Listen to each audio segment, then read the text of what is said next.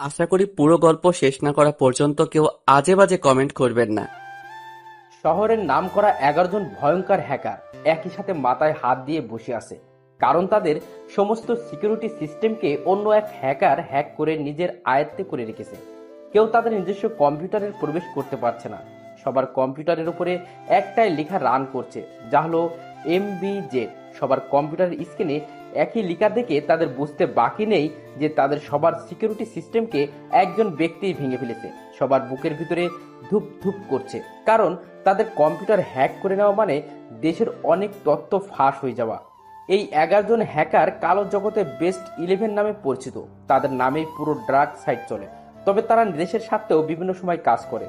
দেশের সিকিউরিটি সিস্টেমকে তারা আড়াল থেকে প্রোটেক্ট করে, কিন্তু এখন তাদের কলিজাতেই পানি নেই, কারণ তাদের কম্পিউটারে দেশের অনেক মূল্যবান তথ্য রয়েছে। তারা সবাই কান্না করে দেওয়ার উপক্রম হয়েছে, কারণ তারা সবাই এক জিনিসকে ভয় পাচ্ছে, যে সেই হ্যাকার যদি সরকারি কোনো তথ্য ফাঁস করে দেয় তাহলে প্রশাসন তাদেরকে ছাড়বে না, সোজা ধরে নিয়ে গিয়ে আজীবন লোহার কুঠুরিতে আটকাবে। ঠিক তখনই ওপর থেকে ফোন আসে। এবার আরো ধুপধুপ করছে তাদের বুক, কারণ তারা যেটা নিয়ে ভয় পাচ্ছিল সেটাই হয়েছে। তাও ভয়ে ভয়ে বেস্ট 11 হ্যাকারের লিডার ফোনটা রিসিভ করে, যার নাম হলো রবার্টস। জি স্যার, বলুন। রবার্টস, কি সব শুনছি আমি? তোমাদের সিকিউরিটি সিস্টেম নাকি কেউ একজন হ্যাক করে নিয়ে গিয়ে তার ক্লোন তোমাদের কম্পিউটারের উপর ছেড়ে দিয়েছে। কি হলো, কথা বলছো না যে? জি স্যার, কেউ একজন আমাদের সিকিউরিটি সিস্টেমকে হ্যাক করে নিয়েছে। রবার্টস, কি করে সম্ভব এটা? দেশের সবচাইতে হাই টেকনোলজি তোমাদের কাছে, তাও কি করে অন্য এক হ্যাকার তোমাদের সিস্টেমকে হ্যাক করে? স্যার, সেটা তো আমরা বুঝে উঠতে পারছি না। রবার্টস, তোমাদের কাউকেই আমি ছাড়বো না যদি দেশের কোনো তথ্য সেই হ্যাকার লিক করে দেয়। স্যার প্লিজ, আমাদেরকে একটু সময় দিন, আমরা সমস্ত কিছুকে ঠিক করে নিব। যা করবার করো, কিন্তু আমি যেটা বলছি সেটাই হবে। যদি সেই হ্যাকার কোনো তথ্য পাবলিক করে আর তোমরা এক্ষুনি ডার্ক সাইট থেকে নিজেদের নাম মুছে ফেলো, কারণ তোমাদের মতো হ্যাকারের আর কোনো ভ্যালু নেই এখন। এত বড় নাম নিয়ে ডার্ক ওয়েব বসে আসো, অথচ নিজেদের সিকিউরিটি সিস্টেমকে তোমরা ঠিকভাবে সামলাতে পারো না। স্যার প্লিজ, এমনটা করবেন না। আমরা সত্যিই কিছু সময়ের মাঝে সমস্ত সিস্টেমকে আবার নিজেদের আয়ত্ত করে নিব। না, আমি তোমাদের কোনো কথাই শুনবো না। আমি যেটা আদেশ করছি সেটাই করবে তোমরা এখন। আর না হয় কিন্তু সস্তা হ্যাকার বলে বাজারে বিক্রি করে দিব তোমাদেরকে। তারপর তো বুঝতেই পারছো যে কি হবে তোমাদের। একদম আজীবন জেলের ভাত খেতে হবে। না না স্যার, আমরা কালো দুনিয়া থেকে নিজেদের নাম মুছে দিচ্ছি, আপনি প্লিজ ওসব করবেন না। তাড়াতাড়ি। উপর থেকে এমন ভয়ানক আদেশ পেয়ে রবার্টস এবং তার সাথীরা আরো ঘাবড়ে যায়। তারা এখন কিভাবে কি করবে কোনো আইডিয়াই নেই তাদের কাছে। অন্যদিকে আকাশ কলেজ থেকে ক্লাস শেষ করে বের হয়েছে। তখনই তার কাছে একটা অপরিচিত নাম্বার থেকে ফোন আসে। সে পকেট থেকে ফোনটা বের করে রিসিভ করে। হ্যালো, কে বলছেন? আমি জেমস বলছি। কোন জেমস? চিনলাম না তো। ওয়েট ওয়েট, চিনবে? আগে তোমায় আমি নিজের পরিচয় দেই। তার আগে বলো, কিছুদিন আগে একটা আইসি সেমিনারে বিজয়ী হয়েছিলে, তুমি সেই আকাশ না? জি, আমি সেই ব্যক্তি। তোমার সেই সেমিনারে বিচারক হিসেবে একজন ব্যক্তি ছিল জেমস নামক, আমি সেই ব্যক্তি। ও স্যার, কেমন আছেন আপনি? আছি কোনো রকম, তবে বেশি একটা ভালো নেই। কেন স্যার? আসলে একটা সমস্যায় পড়ে তোমায় ফোন করেছি। জি স্যার, বলুন কি সমস্যা, আমি কিভাবে আপনাকে সাহায্য করতে পারি? হ্যাঁ বলবো, কিন্তু তুমি সেই বিষয়ে কাউকে কিছু বলতে পারবে না। ঠিক আছে স্যার, বলবো না। তুমি হয়তো বেস্ট 11 নাম শুনেছো, যার ডার্ক ওয়েবের বেস্ট একটা টিম। জি স্যার, অবশ্যই শুনেছি। আর তাদের কাজের দ্রুততা সম্পর্কেও আমি জানি। বর্তমান সময়ে ডার্ক ওয়েবে অনেক ভয়ঙ্কর একটা টিম, এই বেস্ট 11। আমি সেই টিমের মেইন লিডার।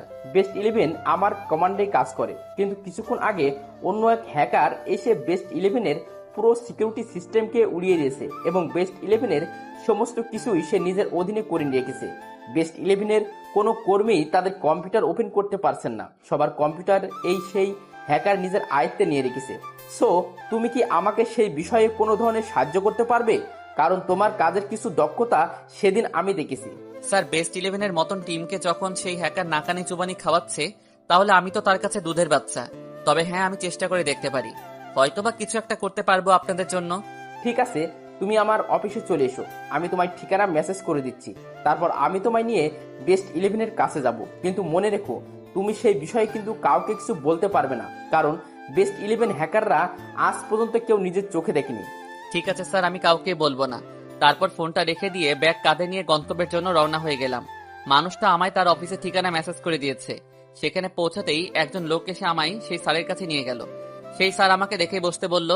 আকাশ, তুমি কি করতে পারবে বলো আমাদের জন্য? স্যার, কি করতে পারবো জানি না, তবে আশা করি কিছু একটা আমি অবশ্যই করতে পারবো। তবে তার জন্য আমার সেই হ্যাক হওয়া কম্পিউটারগুলোর কাছে যেতে হবে। ঠিক আছে, চলো তুমি আমার সাথে। তারপর সেই জেমস নামক ব্যক্তিটা আকাশকে নিয়ে বেস্ট ইলেভেনদের কাছে চলে যায়। আকাশ সেখানে গিয়ে পুরো থতমত খেয়ে যায়, কারণ এত হাই টেকনোলজি সে এর আগে কোনোদিনও দেখেনি। এদিকে 11 জন এখনো মাথায় হাত দিয়ে হাই হতাশ করছে। তখনই জেমস আকাশকে বলে, ওই যে বেস্ট ইলেভেনের কক্ষ, সেখানে তাদের সমস্ত কম্পিউটার অসলভ হয়ে পড়ে আছে। ঠিক আছে স্যার, চলুন।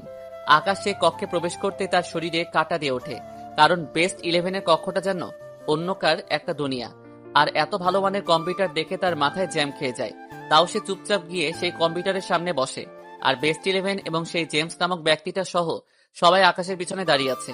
কিন্তু দুঃখের বিষয়, বেস্ট ইলেভেনের সবাই মুখের উপরে জোকারের মাস্ক পরে রেখেছে। সে তাদের ভিতর থেকে কাউকে দেখতে পায়নি, কিন্তু তাতে তার কোনো আফসোস বা আক্ষেপ নেই, কারণ তারও কিছুটা লুকায়িত পরিচয় আছে। তখনই জেমস বলে, নাও আকাশ, কি করবে করো। আকাশ শুরুতেই বিসমিল্লাহ বলে কম্পিউটারে হাত দেয়, কিন্তু তখনই সে দেখতে পায় সেই হ্যাকারের কোডিংটা, যেটা ছিল MBZ। সেই কোডিংটা দেখেই তার মাথা খারাপ হয়ে যায়, কারণ জেট নামের কোডিংটা তার পরিচিত। সে কম্পিউটার থেকে হাত ছড়িয়ে পাশেই থাকা টেবিলের ওপর থেকে কলম হাতে নিয়ে নাচাতে শুরু করে। তার এমন অদ্ভুত আচরণ দেখে সে জেমস নামক লোকটা তাকে বলে, আকাশ, তুমি কি কিছু করতে পারবে না? স্যার, পারা না পারা পরে, তবে স্ক্রিনে যেই কোডিংটা আসছে আপনারা সেটার মানে জানেন কি? না, আমরা তো এই কোডিং এর কোনো মানেই জানি না। স্যার, কোডিং এর প্রথম দুই সংখ্যার মানে আমার জানা নেই, তবে জেড মানে কি সেটা আমি অবশ্যই জানি। আর আপনারাও জানেন, তবে হয়তো মাথায় নেই। জেড মানে সেই কুখ্যাত হ্যাকার কোডিং নাম, যে কিনা 2018 সালে পুরো ইন্টারনেট দুনিয়ায় আতঙ্ক ছড়িয়ে দিয়েছিল, যে কিনা একদিনে পুরো ডার্ক ওয়েবের 12টা বাজিয়ে দিয়েছিল, যে কিনা ডার্ক ওয়েব থেকে নিয়ে শুরু করে সোশ্যাল জগতের সমস্ত হ্যাকারকে এক রাতে নিজের জিম্মায় করে নিয়েছিল। সেই হ্যাকারের কোডিং নামের আলফাবেট ছিল সেট। তারপর সে বহুদিন কালো জগতে রাজত্ব করেছিল। পরে সে হঠাৎ করে উধাও হয়ে গিয়েছে, আর তারপরে বেস্ট ইলেভেন কালো জগতে নিজের নামের আতঙ্ক ছড়ায়। কিন্তু এখনো সেই জেড ডার্ক ওয়েবে প্রবেশ করলে সমস্ত হ্যাকারের মনে আতঙ্ক ধরে যায়। তাই তারা নিজেদের সমস্ত নাম নিশানা মুছে ফেলে ডার্ক ওয়েব থেকে, কারণ তারা জানে যে তাদের কোনো ইনফরমেশন জেডের চোখে পড়লে তারা শেষ। হ্যাঁ, এবার মনে পড়ছে। ইন্না লিল্লাহ, তার মানে কি সেই জেট এইসব করছে? আকাশের মুখ থেকে জেটের ইতিহাস শুনে বেস্ট ইলেভেন সহ সবাই ঘাবড়ে যায়, কারণ তারা ভালো করে জানে যে জেট কত বড় মাফিয়া এই হ্যাকিং দুনিয়ার জন্য। স্যার, সে আমি জানি না, তবে আমি দেখছি কি করা যায়। তারপর আকাশ কম্পিউটার নিয়ে অনেকটা সময় ধরে গোতাগুতি করে, কিন্তু সে কোনো কিছুতেই কম্পিউটার ওপেন করতে পারে না। এখন সেই কম্পিউটারে MBZ রানিং করছে।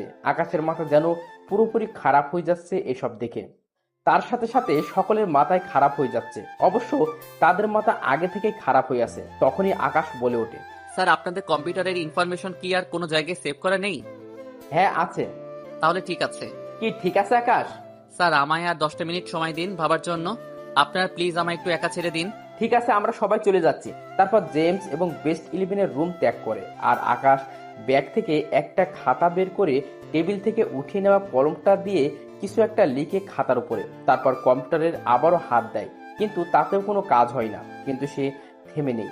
সে সোজা বেস্ট ইলেভেনের একটা কম্পিউটার উঠিয়ে নিয়ে সজোরে ফ্লোরের উপরে আছড়ে মারে। তারপর সজোরে হাসতে থাকে, আর সাথে সাথে বাকি 10টা কম্পিউটার চালু হয়ে যায়। আর তাদের মধ্যে থেকেই সেই কোরিনটা চলে গিয়ে একটা ভিডিও চালু হয় 31 সেকেন্ডের, কিন্তু ভিডিওটিতে কোনো সাউন্ড নেই। ভিডিওটিতে শেষ হতেই সব কয়টা কম্পিউটার আগের ন্যায় ওপেন হয়ে যায়।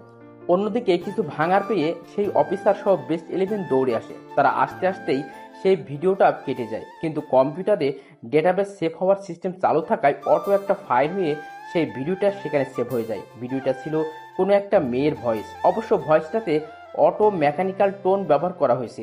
আকাশ তাড়াতাড়ি সেই ফাইলটা ওপেন করে ভিডিওটি আবার প্লে করে, আর সাউন্ড একদম বাড়িয়ে দেয়, কারণ আগেরবার সাউন্ড কম থাকায় কিছু শুনতে পায়নি সে, তাই এবার সাউন্ড একদম বাড়িয়ে দিয়েছে। ভিডিওটিতে একটা মেয়ের মুখোশ পরা ছবি উঠে আসে, আর ভিডিও সাউন্ডে একটা মেয়ের ভয়েস বাজছে। মেয়েটা বেস্ট ইলেভেনকে ব্যঙ্গ করে ভয়েসটা পাঠিয়েছে। সবাই ভয়েসটা শুনে বুঝে যায় যে যেই মানুষটা তাদের কম্পিউটার হ্যাক করছে সে একটা মেয়ে। কিন্তু কারোর এই যেন বিশ্বাস হচ্ছে না যে একটা মেয়ে তাদের মতন হ্যাকারের পুরো সিকিউরিটি সিস্টেমকে হ্যাক করে নিয়েছে। আর অন্যদিকে আকাশ সেই ভয় শুনে আবারও সজোরে হেসে ওঠে আর মনে মনে কিছু একটা চিন্তা করতে থাকে। তখনই অফিসার জেমস তাকে জিজ্ঞেস করে, আকাশ, তুমি এমন পাগলের মতন হাসছো কেন? আর কি কারণে তুমি কম্পিউটারটা আছাড় দিয়ে ভেঙে ফেললে? তুমি কি জানো এই কম্পিউটারটা বেস্ট 11-এর সবচাইতে গুরুত্বপূর্ণ কম্পিউটার ছিল? তুমি কি জানো এই কম্পিউটার বেস্ট 11-এর সবচাইতে বড় হাতিয়ার ছিল হ্যাকিং জগতের জন্য? এই কম্পিউটার দ্বারাই বাকি 10টা কম্পিউটারের কার্যক্রম প্রশাসন করা হতো। স্যার, হাসার কারণটা না হয় অন্য কখনো বলবো। আর তাছাড়া সময় আসলে অবশ্য আপনারা নিজেরাই বুঝতে পারবেন। আর কম্পিউটারটা ভেঙে ফেলার আসল কারণটাই হলো এটা, যে এই কম্পিউটারটাই বেস্ট 11-এর সবচাইতে ভয়ানক হাতিয়ার। তাহলে তুমি জেনে বুঝে সেটা ভাঙলে কেন? স্যার, আপনি হয়তো এখনো আমার কাজের দ্বারা বুঝেননি। আচ্ছা, আমি বুঝিয়ে বলছি। সেই হ্যাকার মেয়েটা বেস্ট 11-এর অন্য কোনো কম্পিউটারে হাত দেয়নি। সে সোজা একদম গোড়ায় হাত দিয়েছে। সে কোনোভাবে জানতে পেরেছে সে যে যদি বেস্ট 11-এর হেড হোল্ডারকে বা সবচাইতে গুরুত্বপূর্ণ কম্পিউটারটাকে কাবু করতে পারে, তাহলে বাকি কম্পিউটারগুলো তার হাতের মুঠোয় চলে যাবে। তাই সে একদম মেইন পয়েন্টে হাত দিয়েছে। সে এতটা সময় বেস্ট 11-এর হেড হোল্ডারকে নিজের জিম্মায় করে রেখেছে বলেই বাকি সব কয়টা কম্পিউটার তার হাতের ইশারায় নাচানাচি করেছে। তাই আমি হেড হোল্ডার তাকে ভেঙে ফেলেছি, যাতে করে তার ভিতরে থাকা প্রোগ্রামগুলো কল হয়ে যায়। কারণ এতটা সময় এই কম্পিউটার সচ্ছল থাকায় সেই লেডি হ্যাকার কম্পিউটারের ভিতরে ঢুকে বসেছিল। কিন্তু আকাশ, সেটা তো অন্যভাবে করা যেত।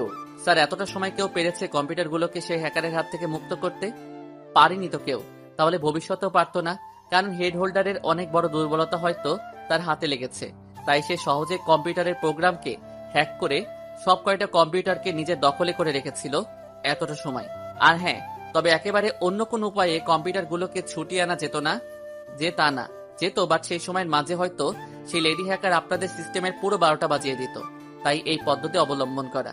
আর স্যার, আপনি হয়তো অবশ্যই শুনেছেন যে কখনো কাজের মাঝে বাধা আসলে কিছু সময় সেটাকে পুরোপুরিভাবে নষ্ট করে দেওয়াই উচিত, না হয় একদম প্রথম থেকে কাজ শুরু করা উচিত। হ্যাঁ আকাশ, আমি বুঝে গিয়েছি তুমি কি বোঝাতে চাইছো। ধন্যবাদ তোমাকে আকাশ। যা বেস্ট 11 এতটা সময়ও করতে পারেনি তা তুমি আধ ঘন্টায় করে দেখিয়েছো। তোমার জন্য অনেক বড় উপহার রয়েছে আকাশ। তুমি চাইলে আমাদের বেস্ট 11-এর হয়ে কাজ করতে পারো।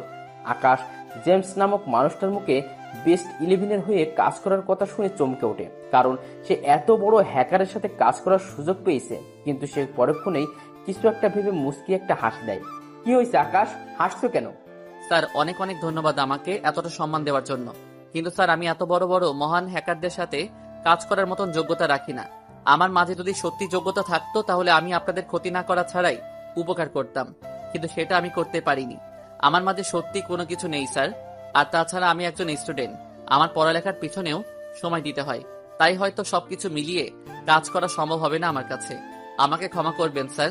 আকাশ, তোমার মতন মানুষ আমি আমার বাপের জন্মেও দেখিনি। কারণ ডার্ক ওয়েব পুরো 11-এর নামে কাঁপে। এই বেস্ট 11 আসার জন্য অনেক বড় বড় হ্যাকাররা মনের মাঝে বিশাল আশা আকাঙ্ক্ষা নিয়ে বসে আছে। আর সেখানে তুমি কাজ করার সুযোগ পেয়ে সেটাকে প্রত্যাখ্যান করছো। ঠিক আছে, যাও, তোমায় আর জোর করব না। আমিও যদি তোমার কাজে মুগ্ধ আমি, কিন্তু তোমার পড়ালেখার বিষয়টার জন্য আর জোর করলাম না। ধন্যবাদ স্যার আমার বিষয়টাকে বোঝার জন্য। তবে হ্যাঁ, কখনো তোমাকে সাহায্যের জন্য ডাকলে চলে এসো কিন্তু। অবশ্যই স্যার। আচ্ছা ঠিক আছে, চলো, তোমায় আমি ছেড়ে দিয়ে আসি। না না স্যার, তার কোনো দরকার নেই, আমি একাই চলে যেতে পারবো। শিওর? অবশ্যই স্যার। আকাশের কথা শুনে জেমস নামক লোকটা পকেট থেকে ছোট একটা টাকার বান্ডেল নিয়ে আকাশের হাতে চেপে দেয় আর বলে, এটা আমি তোমায় খুশি হয়ে দিয়েছি, তুমি কিছু মনে করো না।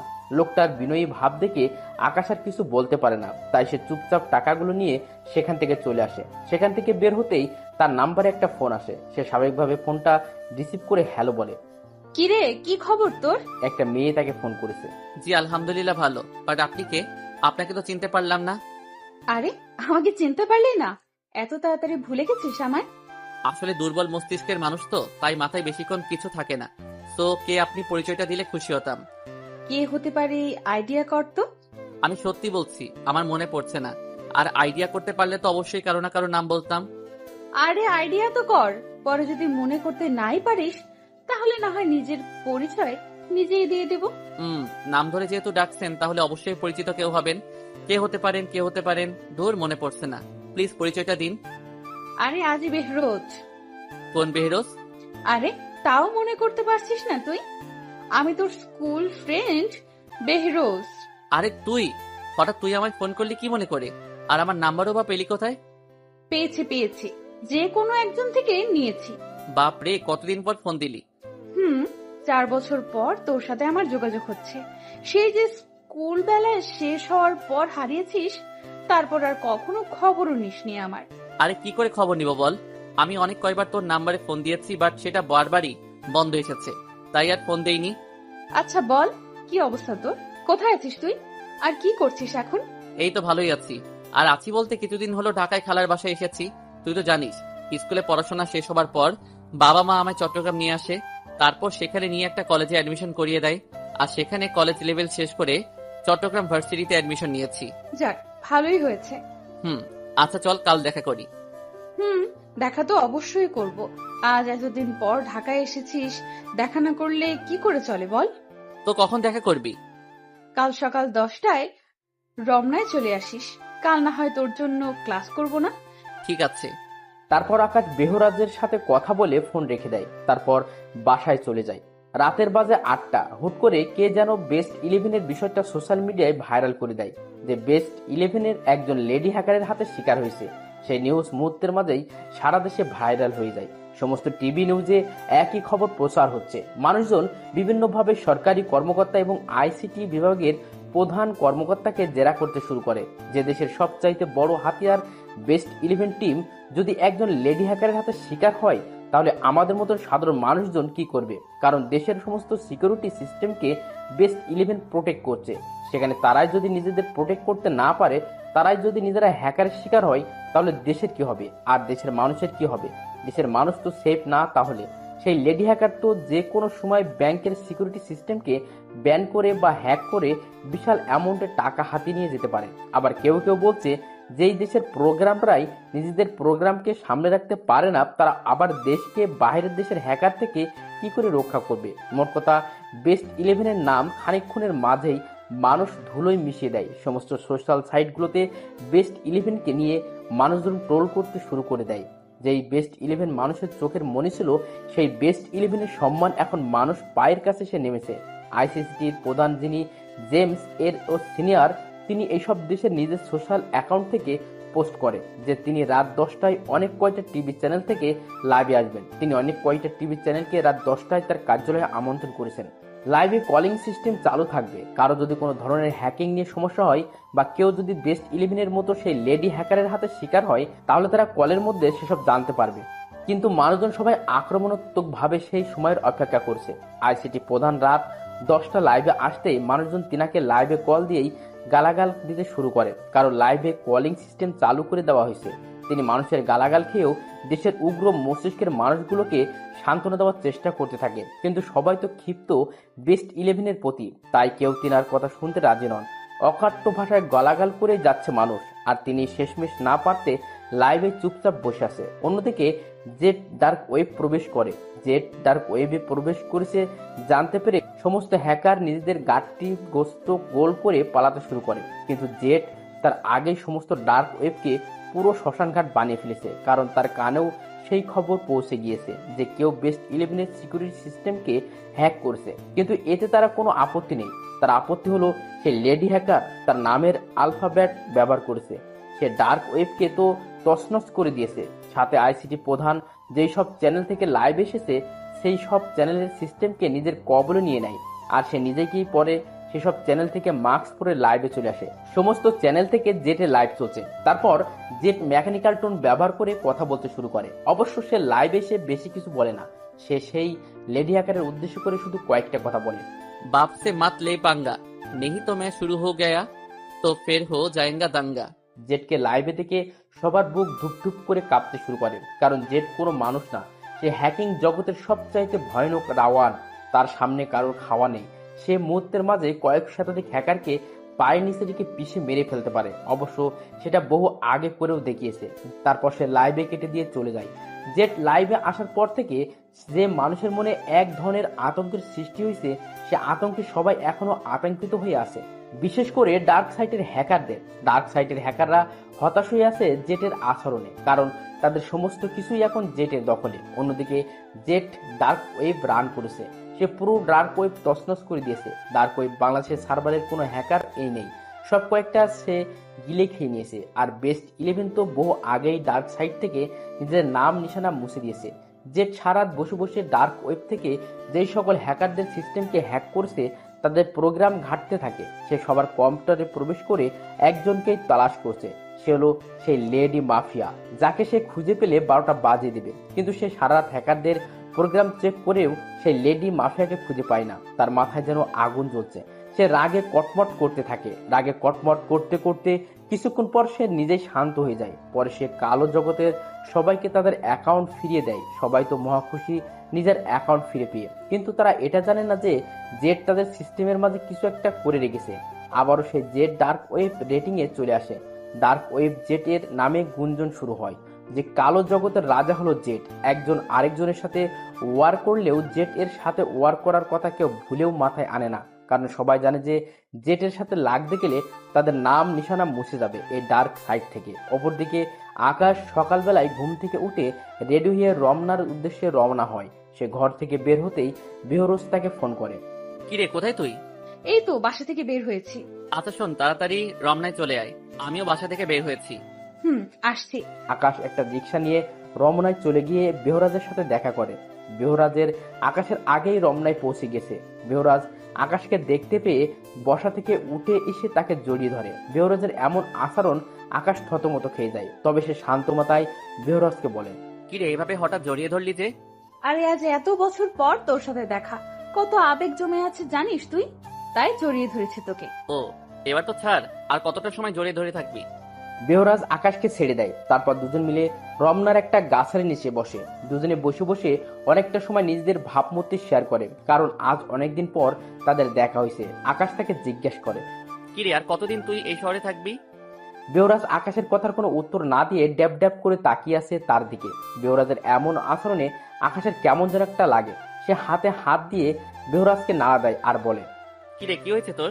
বেহরাজ এবারও কোনো উত্তর দেয় না, কিন্তু সে উত্তর না দিলেও অদ্ভুত একটা কাজ করে। সে সোজা মাথা নিয়ে গিয়ে আকাশের কাঁধে রাখে। বেহরাজের আচরণে আকাশ এবার চমকে ওঠে। কিরে, কি হয়েছে তোর? তুই সে কখন থেকে অদ্ভুত আচরণ করছিস? আসার সাথে সাথে আমি জড়িয়ে ধরলি, তারপরে আবার এখন আবার কাঁধে মাথা রাখলি। তোর আচরণ দেখে মনে হচ্ছে আমি তোর বব। এই তোর এইসব আচরণের কথা তোর বয়ফ্রেন্ড জানতে পারলে কষ্ট পাবে না বুঝি? আরে তেমন কেউ না থাকলে কষ্ট পাবে। মানে কি, তুই প্রেম করিস না? না, কিন্তু কেন? কারণ হলো আমার জীবনে অনেক বড় একটা ইচ্ছে আছে, সেই ইচ্ছেটা এখনো আমার পূরণ হয়নি, তাই আমি প্রেম করিনি।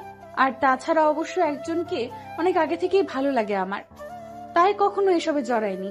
কিসের ইচ্ছে আর কাকে তোর পছন্দ? ইচ্ছের কথা তো বলা যাবে না, কারণ সেটা একদম পার্সোনাল। আর কাকে পছন্দ করিস সেটাও বলবো না। আরে একটা তো বল। ইচ্ছেটা পার্সোনাল দেখে হয়তো বললি না, কিন্তু পছন্দের কথা তো বন্ধু হিসেবে আমায় বলতে পারিস। আচ্ছা আকাশ, তুই কি সেই আগের মতো গাধাই থেকে যাবি? মানে? মানে কি বুঝিস না তুই? না, বুঝি না তো। আর তুই যদি আমাকে বুঝিয়ে নাই বলিস তাহলে বুঝবো কি করে বলতো? আচ্ছা চোখ বন্ধ কর, আমি বলছি তোকে। আরে আজব তো, কি শুরু করলি তুই? তুই তো পছন্দের কথা বলবি, এতে আমি চোখ বন্ধ করবো কেন? আজব আমি না, আজব হলি তুই, কারণ সব কথায় তোর প্রশ্নবোধক চিহ্নটা থাকবেই। কখনো প্রশ্ন ছাড়া কারো কথা মানতে পারিস না তুই। আচ্ছা ঠিক আছে, যা, চোখ বন্ধ করলাম। আকাশ চোখ বন্ধ করতে বেহরাজ আকাশের একদম কাছে গিয়ে তার ঠোঁটের মধ্যে স্পর্শ করতে শুরু করে। বেহরাজের নরম ঠোঁট জোড়া সে ইচ্ছে করেই আকাশের ঠোঁটের সাথে মিশিয়ে দিয়েছে। বেহরাজের এমন আচরণে আকাশ আবার চমকে ওঠে, কিন্তু সে কিছু বলার মতন অবস্থায় নেই। সে পুরো শক্ট হয়ে গেছে। কিছুক্ষণ পর বেহরাজ নিজেই আকাশের ঠোঁট থেকে নিজের ঠোঁট সরিয়ে নেয় আর বলে, এবার বুঝেছিস কে সেই মানুষ? এবার আকাশ চুপ করে আছে। বেহরাজের বোবা জিন এবার তার উপরে শেয়ার হয়েছে। কি হলো, কথা বল। বেরোজ, তুই এখন আমায় পছন্দ করিস? কিন্তু কেন? কেন মানে? এটা কি ধরনের প্রশ্ন? মানে হলো কি দেখে তুই আমায় পছন্দ করিস? কারণ তোর আচার আচরণ আমার ভালো লাগে, আর তুই মানুষটা অন্যান্য মানুষ থেকে পুরোপুরি আলাদা।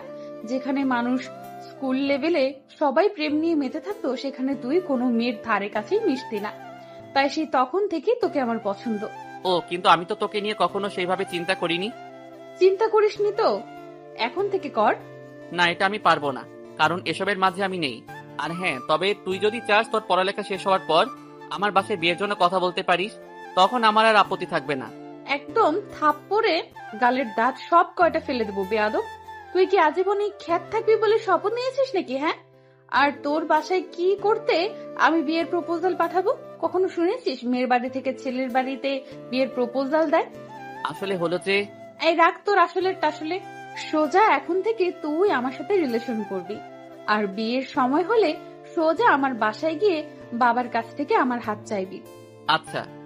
চল, তোকে নিয়ে এবার কোনো একটা রেস্টুরেন্টে যাব। আকাশ আর কোনো কথা বলে না। সে চুপচাপ বেহরাজের সাথে পাশেই একটা রেস্টুরেন্টে যায়। দুজন বসে বসে খাবার খাচ্ছে। তখনই আকাশের ফোনে একটা ফোন আসে। ফোনটা তার পরিচিত মানুষই করছে, আর সেই মানুষটা হলো জেমস। সে ফোনটা রিসিভ করে সালাম দেয়। জেমস সালামের উত্তর দিয়ে তাকে বলে, আকাশ, তুমি ইমিডিয়েটলি একটু আমার অফিসে আসো তো। আইসিটি প্রধান আমার অফিসে এসেছে। অনেক বড় একটা ঝামেলা হয়েছে। তুমি তো জানোই যে বেস্ট 11-এর মান সম্মান পুরো ধুলোয় মিশে গিয়েছে। উপরে আইসিসির প্রধানে অনেক বড় একটা সমস্যা হয়েছে, যে সমস্যার সমাধান বেস্ট 11রাও করতে পারছে না। আমার মনে হয় তুমি পারবে সেটা সমাধান দিতে। স্যার, আমি কি করে সব সমস্যার সমাধান বের করব? আগেরবার না হয় মিরাক্কেল ঘটেছে আমার সাথে, প্রতিবার তো স্যার সেই মিরাক্কেল ঘটবে না। আরে আসো তো তুমি একবার। তুমি পারো না পারো সেটা পরের ব্যাপার, আগে তুমি অফিসে আসো। ঠিক আছে স্যার, আমি আসছি। এই বেহরোজ, আমার অনেক প্রয়োজনীয় একটা কাজ পড়ে গেছে, আমি পরে তোর সাথে দেখা করব। আর আমি বিল দিয়ে যাচ্ছি, তুই খেয়ে দিয়ে খালার বাসায় চলে যাস। আচ্ছা ঠিক আছে, যা, কিন্তু বিল দেওয়ার কোনো প্রয়োজন নেই, কারণ আমি তোকে রেস্টুরেন্টে এনেছি, তো বিল আমিই দেব। আচ্ছা ঠিক আছে, যা, তুই দিস। এবার আমি চললাম। আকাশ রেস্টুরেন্ট থেকে বেরিয়ে জেমসের অফিসে চলে যায়। সে জেমসের অফিসের আসতে তাকে দারোয়ান আগের দিনের ন্যায় জেমসের কাছে নিয়ে যায়, যেখানে সেই আইসিটি প্রধান এবং আরো কয়েকজন লোক রয়েছে। জেমস আকাশকে দেখতে পেয়ে বলে, আকাশ, গতকাল সে মেয়ে আমাদের স্যারের ল্যাপটপ হ্যাক করে নিয়েছে। প্লিজ তুমি কিছু একটা করে স্যারের ল্যাপটপটা ফিরিয়ে আনো। স্যার, আমি কিভাবে কি করব? কাল তো দেখলেন এই যে আমি একটা কম্পিউটার নষ্ট করে তারপর বাকিগুলো ফিরিয়ে এনেছি, কিন্তু আজ কিভাবে কি করব? আকাশ, তা আমি জানি না, আমি শুধু জানি তুমি পারবে। স্যারের ল্যাপটপের ডেটাবেজের মধ্যে অনেক গুরুত্বপূর্ণ কিছু রয়েছে, যেসব যদি সেই লেডি হ্যাকার একবার ভাইরাল করে দেয় তাহলে স্যারের অনেক বড় বিপদ হবে, সাথে আমাদেরও অনেক বড় বিপদ হবে। কারণ এমনি আমাদের নাম ধুলোয় মিশে গেছে। তার উপরে স্যারের ল্যাপটপ হ্যাক করার বিষয় সোশ্যাল মিডিয়ায় ছাড়লে পুরো কলঙ্ক লেগে যাবে, আর গুরুত্বপূর্ণ তথ্য ভাইরাল হলে তো আর কোনো কথাই নেই। স্যার, জানি না কিভাবে কি করব, তবে যেহেতু আপনি আমার উপর ভরসা করেছেন, তাহলে দেখি কিছু একটা করতে পারি কিনা। তবে হ্যাঁ, কিছু ইনফরমেশন দরকার আমার। ল্যাপটপের সিকিউরিটি সিস্টেম হ্যাক হওয়ার পূর্বে কোনো মেইল বা কিছু এসেছে কিনা, নাকি স্যার কোনো লিঙ্কে ক্লিক করায় স্যারের ল্যাপটপ হ্যাক হয়েছে, আমার সেই ইনফরমেশনটুকু লাগবে। মানে হলো ল্যাপটপ হ্যাক হওয়ার পূর্বে স্যার ঠিক শেষ কোন কাজটা করেছে। আকাশের প্রশ্ন শুনে আইসিটি প্রধান বলে, আমার কাছে একটা মেইল আসে, যার মধ্যে হ্যাকারদেরকে নিয়ে ব্যঙ্গ করে কিছু লেখা পাঠায় সেই লেডি হ্যাকার, যার মাঝে লেখা ছিল, ব্যাংক 11 এবং দেশের সমস্ত পাতি হ্যাকারদের কোনো খাওয়া নেই এখন, তাদের দিন শেষ। বাচ্চারা, তোমরা এবার ঘুমিয়ে পড়ো, তোমাদের গ্র্যান্ডমাদারকে এবার একটু খেলতে দাও। তারপর আমি লেখাটা পড়ে শেষ করতেই ল্যাপটপ হ্যাক হয়ে যায়। প্রধান স্যারের কথা শুনে আকাশের পুরো মাথায় রক্ত উঠে যায়। সে আর কোনো কথা না বলে একটা চেয়ার নিয়ে প্রধানের ল্যাপটপটার সামনে বসে। তারপর টেবিলে থাকা প্রধান স্যারের ল্যাপটপটা নিয়ে অন্যদিকে ঘুরে সে নিজের মতন কাজ করতে আরম্ভ করে। সে বুলেট গতিতে টাইপিং করতে থাকে ল্যাপটপের কিবোর্ডে। আকাশ ল্যাপটপটাকে সবার দিকে ঘুরিয়ে দিয়ে চেয়ার থেকে উঠে রাগে ফসফস করতে সোজা জেমসের অফিস থেকে বেরিয়ে যায়। অফিস থেকে বেরিয়ে সে নিজেকে আড়াল করে ফেলে। এদিকে ল্যাপটপের দিকে ভয়ানক দৃষ্টিতে তাকিয়ে আছে জেমসের অফিসে থাকা সমস্ত লোকজন, কারণ আকাশ অনেক ভয়ঙ্কর কিছু একটা ঘটিয়ে গেছে আইসিটি প্রধানের ল্যাপটপে। সবাই চোখ বড় বড় করে ল্যাপটপের দিকে তাকিয়ে আছে, কারণ সে হ্যাকারদের মিলন মেলা লাগিয়ে দিয়েছে প্রধানের ল্যাপটপে। আইসিটি প্রধান এবং জেমসের মুখের বুলি বন্ধ হয়ে গেছে। সবাই হতবাক হয়ে ল্যাপটপের দিকে তাকিয়ে আছে, কারণ কি করে গেল এটা সেই ছেলে। কারোর তো মাথায় যেন কিছুই কাজ করছে না। ল্যাপটপ দিয়ে এত ভয়ানক কাজ কি করে করলো সেই ছেলে? আর শুধু ল্যাপটপ কেন, উন্নত মানের কম্পিউটার দিয়েও তো এমন কাজ করা সম্ভব নয়। আর সে যেই কাজটা করছে সেটা কোনো দু চারটে কথা নয়। আইসিটি প্রধান অবাক ভঙ্গিতে চেয়ার থেকে উঠে দাঁড়ায়। তারপর জেমসের কাছে গিয়ে বলে, কে এই ছেলে, আর কিভাবে তাকে তুমি পেয়েছো? স্যার, এই ছেলে একটা সেমিনারে বিজয় হয়েছিল, যেই সেমিনার আমি বিচারক হিসেবে ছিলাম, তাই সেখানে থেকেই ছেলেটাকে আমি চিনি। জেমস, আমার যে করেই হোক এই ছেলেকে লাগবে, আর তোমাদের বেস্ট 11-এর হেড এই ছেলেকে বানিয়ে দাও। সে কত ভয়ানক হলে আমার এই ছোটখাটো ল্যাপটপ দিয়ে এতগুলো হ্যাকারের প্রোগ্রামকে সে হ্যাক করে নিতে পারে? কম করে হলেও 1000 খানিক হ্যাকারের প্রোগ্রামকে সে নিজের কবলে করে নিয়েছে। ছেলেটার কাজকর্ম দেখে আমার নিজের উপর থেকেই আস্থা উঠে যাচ্ছে। কি করে সম্ভব এটা? আজ পর্যন্ত বেস্ট 11-এর সদস্য পর্যন্ত কোনো লিঙ্ক বা ক্লু ছাড়া কারোর সিকিউরিটি সিস্টেমকে ভাঙতে পারেনি। সেখানে এই ছেলে মুহূর্তের মাঝেই শত শত হ্যাকারের 12টা বাজিয়ে দিয়েছে। মিস্টার জেমস, যে করেই হোক এই ছেলেকেই আমার চাই। প্রথমে তাকে দেখে আমার কোনোভাবেই মনে হয়নি যে সে কিছু করতে পারবে, কিন্তু পরবর্তীতে সে আমাদের সবাইকে গোলক ধাঁধার মাঝে ফেলে দিয়েছে তার কাজ দেখিয়ে। মিস্টার জেমস, এই ছেলে কোনো সাধারণ ছেলে না। এই ছেলে হয়তো হ্যাকিং জগতের অনেক বড় মাফিয়া। এই ছেলে চাইলে শত শত হ্যাকারদের হাতের ইশারায় নাচাতে পারে, যা তার কাজকর্ম দেখে বুঝতে বাকি নেই আর।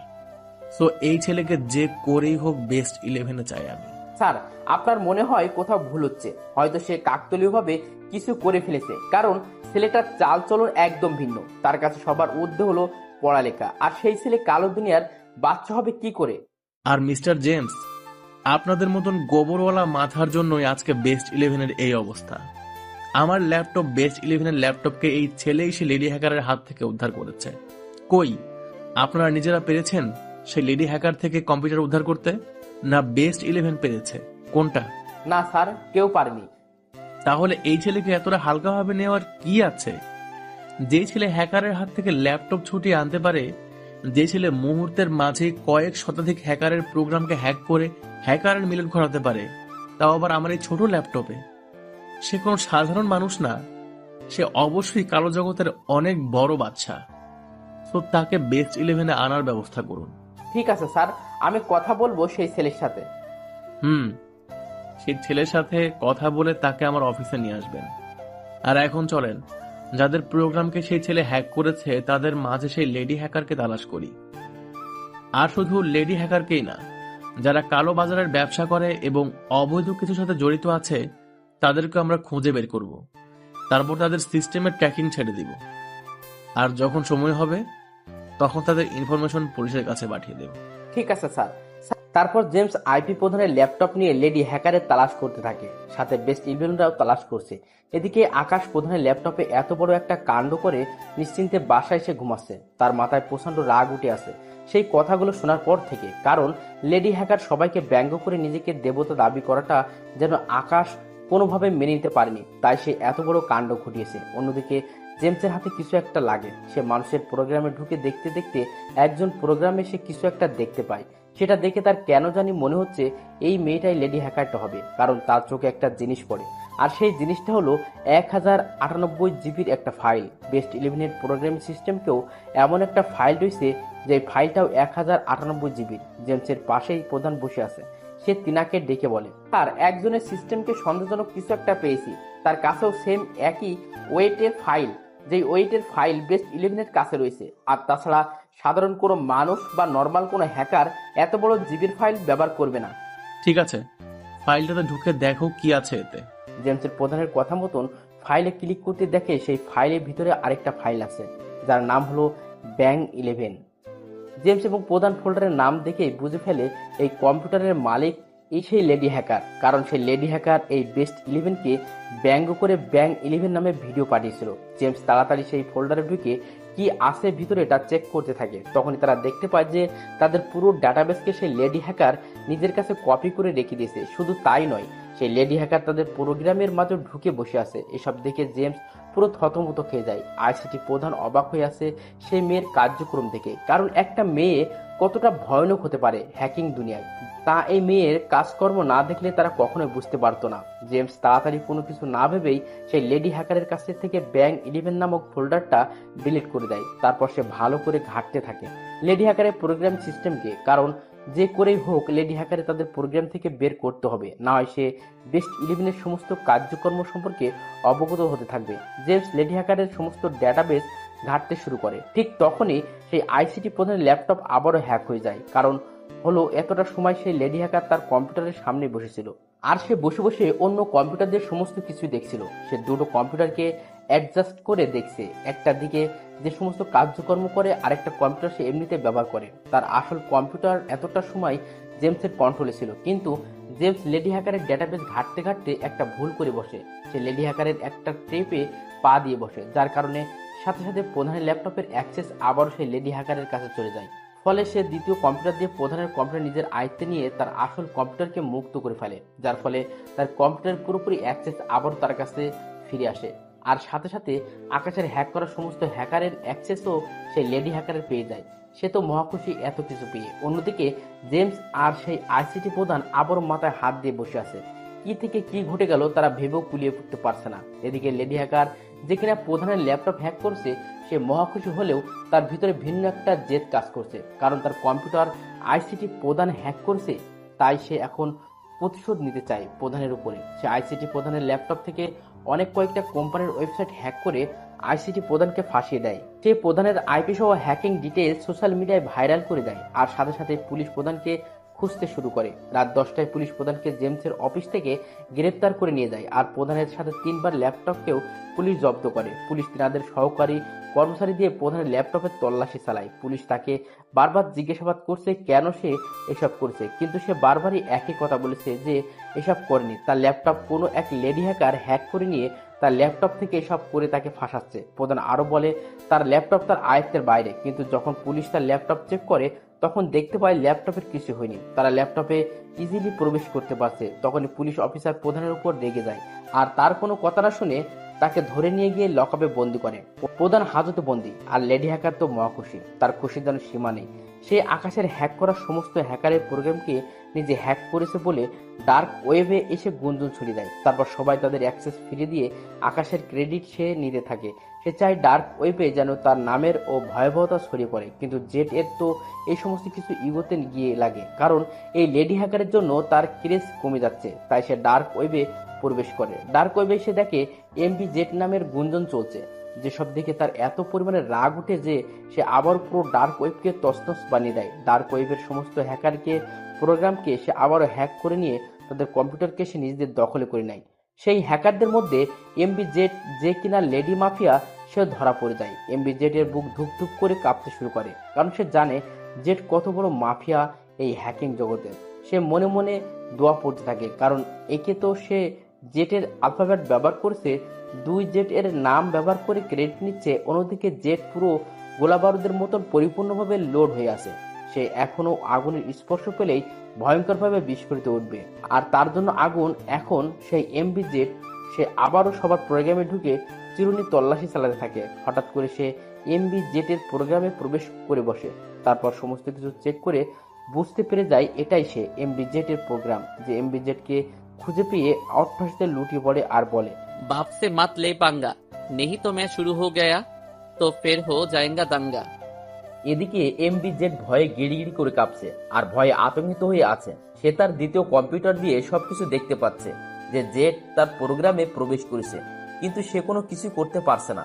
সে ভয়ে বড় বড় নিঃশ্বাস নিচ্ছে আর ওপর ওয়ালাকে ডাকছে, কারণ জেট তাকে একবার ধরতে পারলে তার নাম নিশানা সব মুছে ফেলবে। জেট লেডি হ্যাকারের প্রোগ্রামে ঢুকে দেখতে পায় যে লেডি হ্যাকারের কাছে বেস্ট 11-এর সমস্ত ডেটাবেজ রয়েছে। শুধু তাই নয়, সে আরো দেখতে পায় আইসিটি প্রধানের আইপি দিয়ে যেসব ওয়েবসাইট হ্যাক করা হয়েছে তার সমস্ত ড্রপ ফাইল এই লেডি হ্যাকারের কাছে। এই লেডি হ্যাকার সমস্ত ওয়েবসাইটের অ্যাক্সেস তার নিজের কাছে নিয়ে রেখেছে। জেটের এইসব দেখে বুঝতে বাকি নেই যে আইসিটি প্রধানকে এই লেডি হ্যাকার ফাঁসিয়েছে। তৎক্ষণাৎ জেট লেডি হ্যাকারের কম্পিউটার থেকে থানায় একটা মেইল পাঠায়, যার মধ্যে রয়েছে কিছু প্রুফ যে প্রধান কিছু করেনি। থানাবাসী প্রধানকে ছেড়ে দেয় এবং তার কাছে শর্মিন্দা প্রকাশ করে। এদিকে জেট লেডি হ্যাকারের প্রোগ্রামে এখনো রান করছে, কিন্তু হুট করেই তার এলাকায় পাওয়ার সাপ্লাই এই সমস্যা দেখা দেয়, যার ফলে তার ইন্টারনেট স্পিড স্লো হয়ে যায় এবং লেডি হ্যাকারের প্রোগ্রাম থেকে তাকে বের করে দেয়। আর তারপরে তার কম্পিউটার শাটডাউন হয়ে যায়, যার ফলে লেডি হ্যাকার তার অ্যাক্সেস আবারও পেয়ে যায়, কারণ সে আইপি হ্যাক করে লেডি হ্যাকারের প্রোগ্রামে ঢুকছে, যার কারণে লেডি হ্যাকার এতটা সময় কিছুই করতে পারেনি। কিন্তু যখন লেডি হ্যাকারের আইপি থেকে ইন্টারনেটের কারণে জেট বের হয়, তখন তার অ্যাক্সেস সে পেয়ে যায়। এমবি জেট নিজের অ্যাক্সেস ফিরে পেয়ে খুশিতে নাচতে শুরু করে। তার নিজের কাছে নিজেকে এমন এলিয়েন মনে হচ্ছে, সে ভাবছে সে এখন ইন্টারনেট দুনিয়ার বাচ্চা, কারণ সে ভেবেছে জেট তার ট্রেপে পা দেওয়ায় সে তার অ্যাক্সেস ফিরিয়ে পেয়েছে, কিন্তু আসলে সেটা নয়। জেটকে নেটের কারণে তার প্রোগ্রাম থেকে বের করে দিয়েছে, কিন্তু সেটাকে লেডি হ্যাকার অন্য কিছু ভেবে খুশিতে নাচানাচি করছে। কিন্তু তার মাথায়ও নেই যে জেট তার ট্রেপে পা দিলে জেটের অ্যাক্সেস সহ তার কাছে চলে আসতো। সে খুশিতে আত্মহারা। জেট এর অপারগতা দেখে, কিন্তু জেট তো জেটই, তার কাছে চেহারে যাওয়া বলতে কোনো কিছুই নেই। সে কত বড় খেলারই এই হ্যাকিং দুনিয়ায়, সেটা লেডি হ্যাকারের মুহূর্তের জন্য ভুলে গেছে। আর এ ভুলের মাসুল এই পরবর্তীতে তাকে দিতে হবে। অন্যদিকে প্রধানের তো পুরো মাথা খারাপ। সে রাগে গিজগিজ করতে বাড়ি চলে যায়। জেমসেরও মাথায় বাস পড়েছে। সে আর কিছুই দেখতে পাচ্ছে না চোখে। একে তো বেস্ট 11 অপারগ বলে মানুষের চোখে কালার হয়েছে, 2 বর্তমানে যা ঘটেছে সে এবং তার টিম তার কোনো সমাধান এই খুঁজে বের করতে পারছে না। সে মাথার ভরা টেনশন নিয়ে ঘুমিয়ে পড়ে। এদিকে আকাশ সকালবেলায় ক্লাসে চলে যায়। তারপর ক্লাস শেষ করে বেহরাজকে ফোন দেয়, কারণ আজও তারা দেখা করবে। আর সেটা গতকালটাতে বেহরাজ আকাশকে ফোন করে জানিয়ে দিয়েছে। বেহরাজ আর আকাশ একই সাথে রিকশায় বসে রবীন্দ্র সরোবর যাওয়ার উদ্দেশ্যে রওনা হয়। তারপর সেখানে পৌঁছে দুজন মিলে রবীন্দ্র সরোবর গোলের চত্বরে একপাশে গিয়ে বসে। আকাশ, আমার না ঢাকায় থেকে যেতে ইচ্ছে করছে। কি বলিস পাগলের মতন? তোর বাবা তো বকাবকি করবে, তাছাড়া তোর পড়ালেখা কি হবে? পড়ালেখার গুষ্টি মারি, আর তাছাড়া বাবাই আমাকে বকাবকি করবে না। বেরোজ, পাগলের মতো কথা বলিস না। পড়ালেখার গোষ্ঠী মারিস মানে কি? আরে তুই এত চাপ নিচ্ছিস কেন? আমি তো পড়ালেখা একেবারে ছেড়ে দিচ্ছি না। ঢাকার কোনো একটা কলেজে ট্রান্সফার হয়ে যাব। না, তোর কোনো দরকার নেই। তুই খালার বাড়ি বেড়াতে এসেছিস, তো কিছুদিন বেড়া, পরে সময় হলে চট্টগ্রাম চলে যাবি। তোর ঢাকায় থাকার প্রয়োজন নেই। আকাশ, এভাবে বলছিস কেন? আমি তোকে ছাড়া কি করে থাকবো? বেরোজ, এমন উদ্ভট রসিকতা আমার ভালো লাগে না।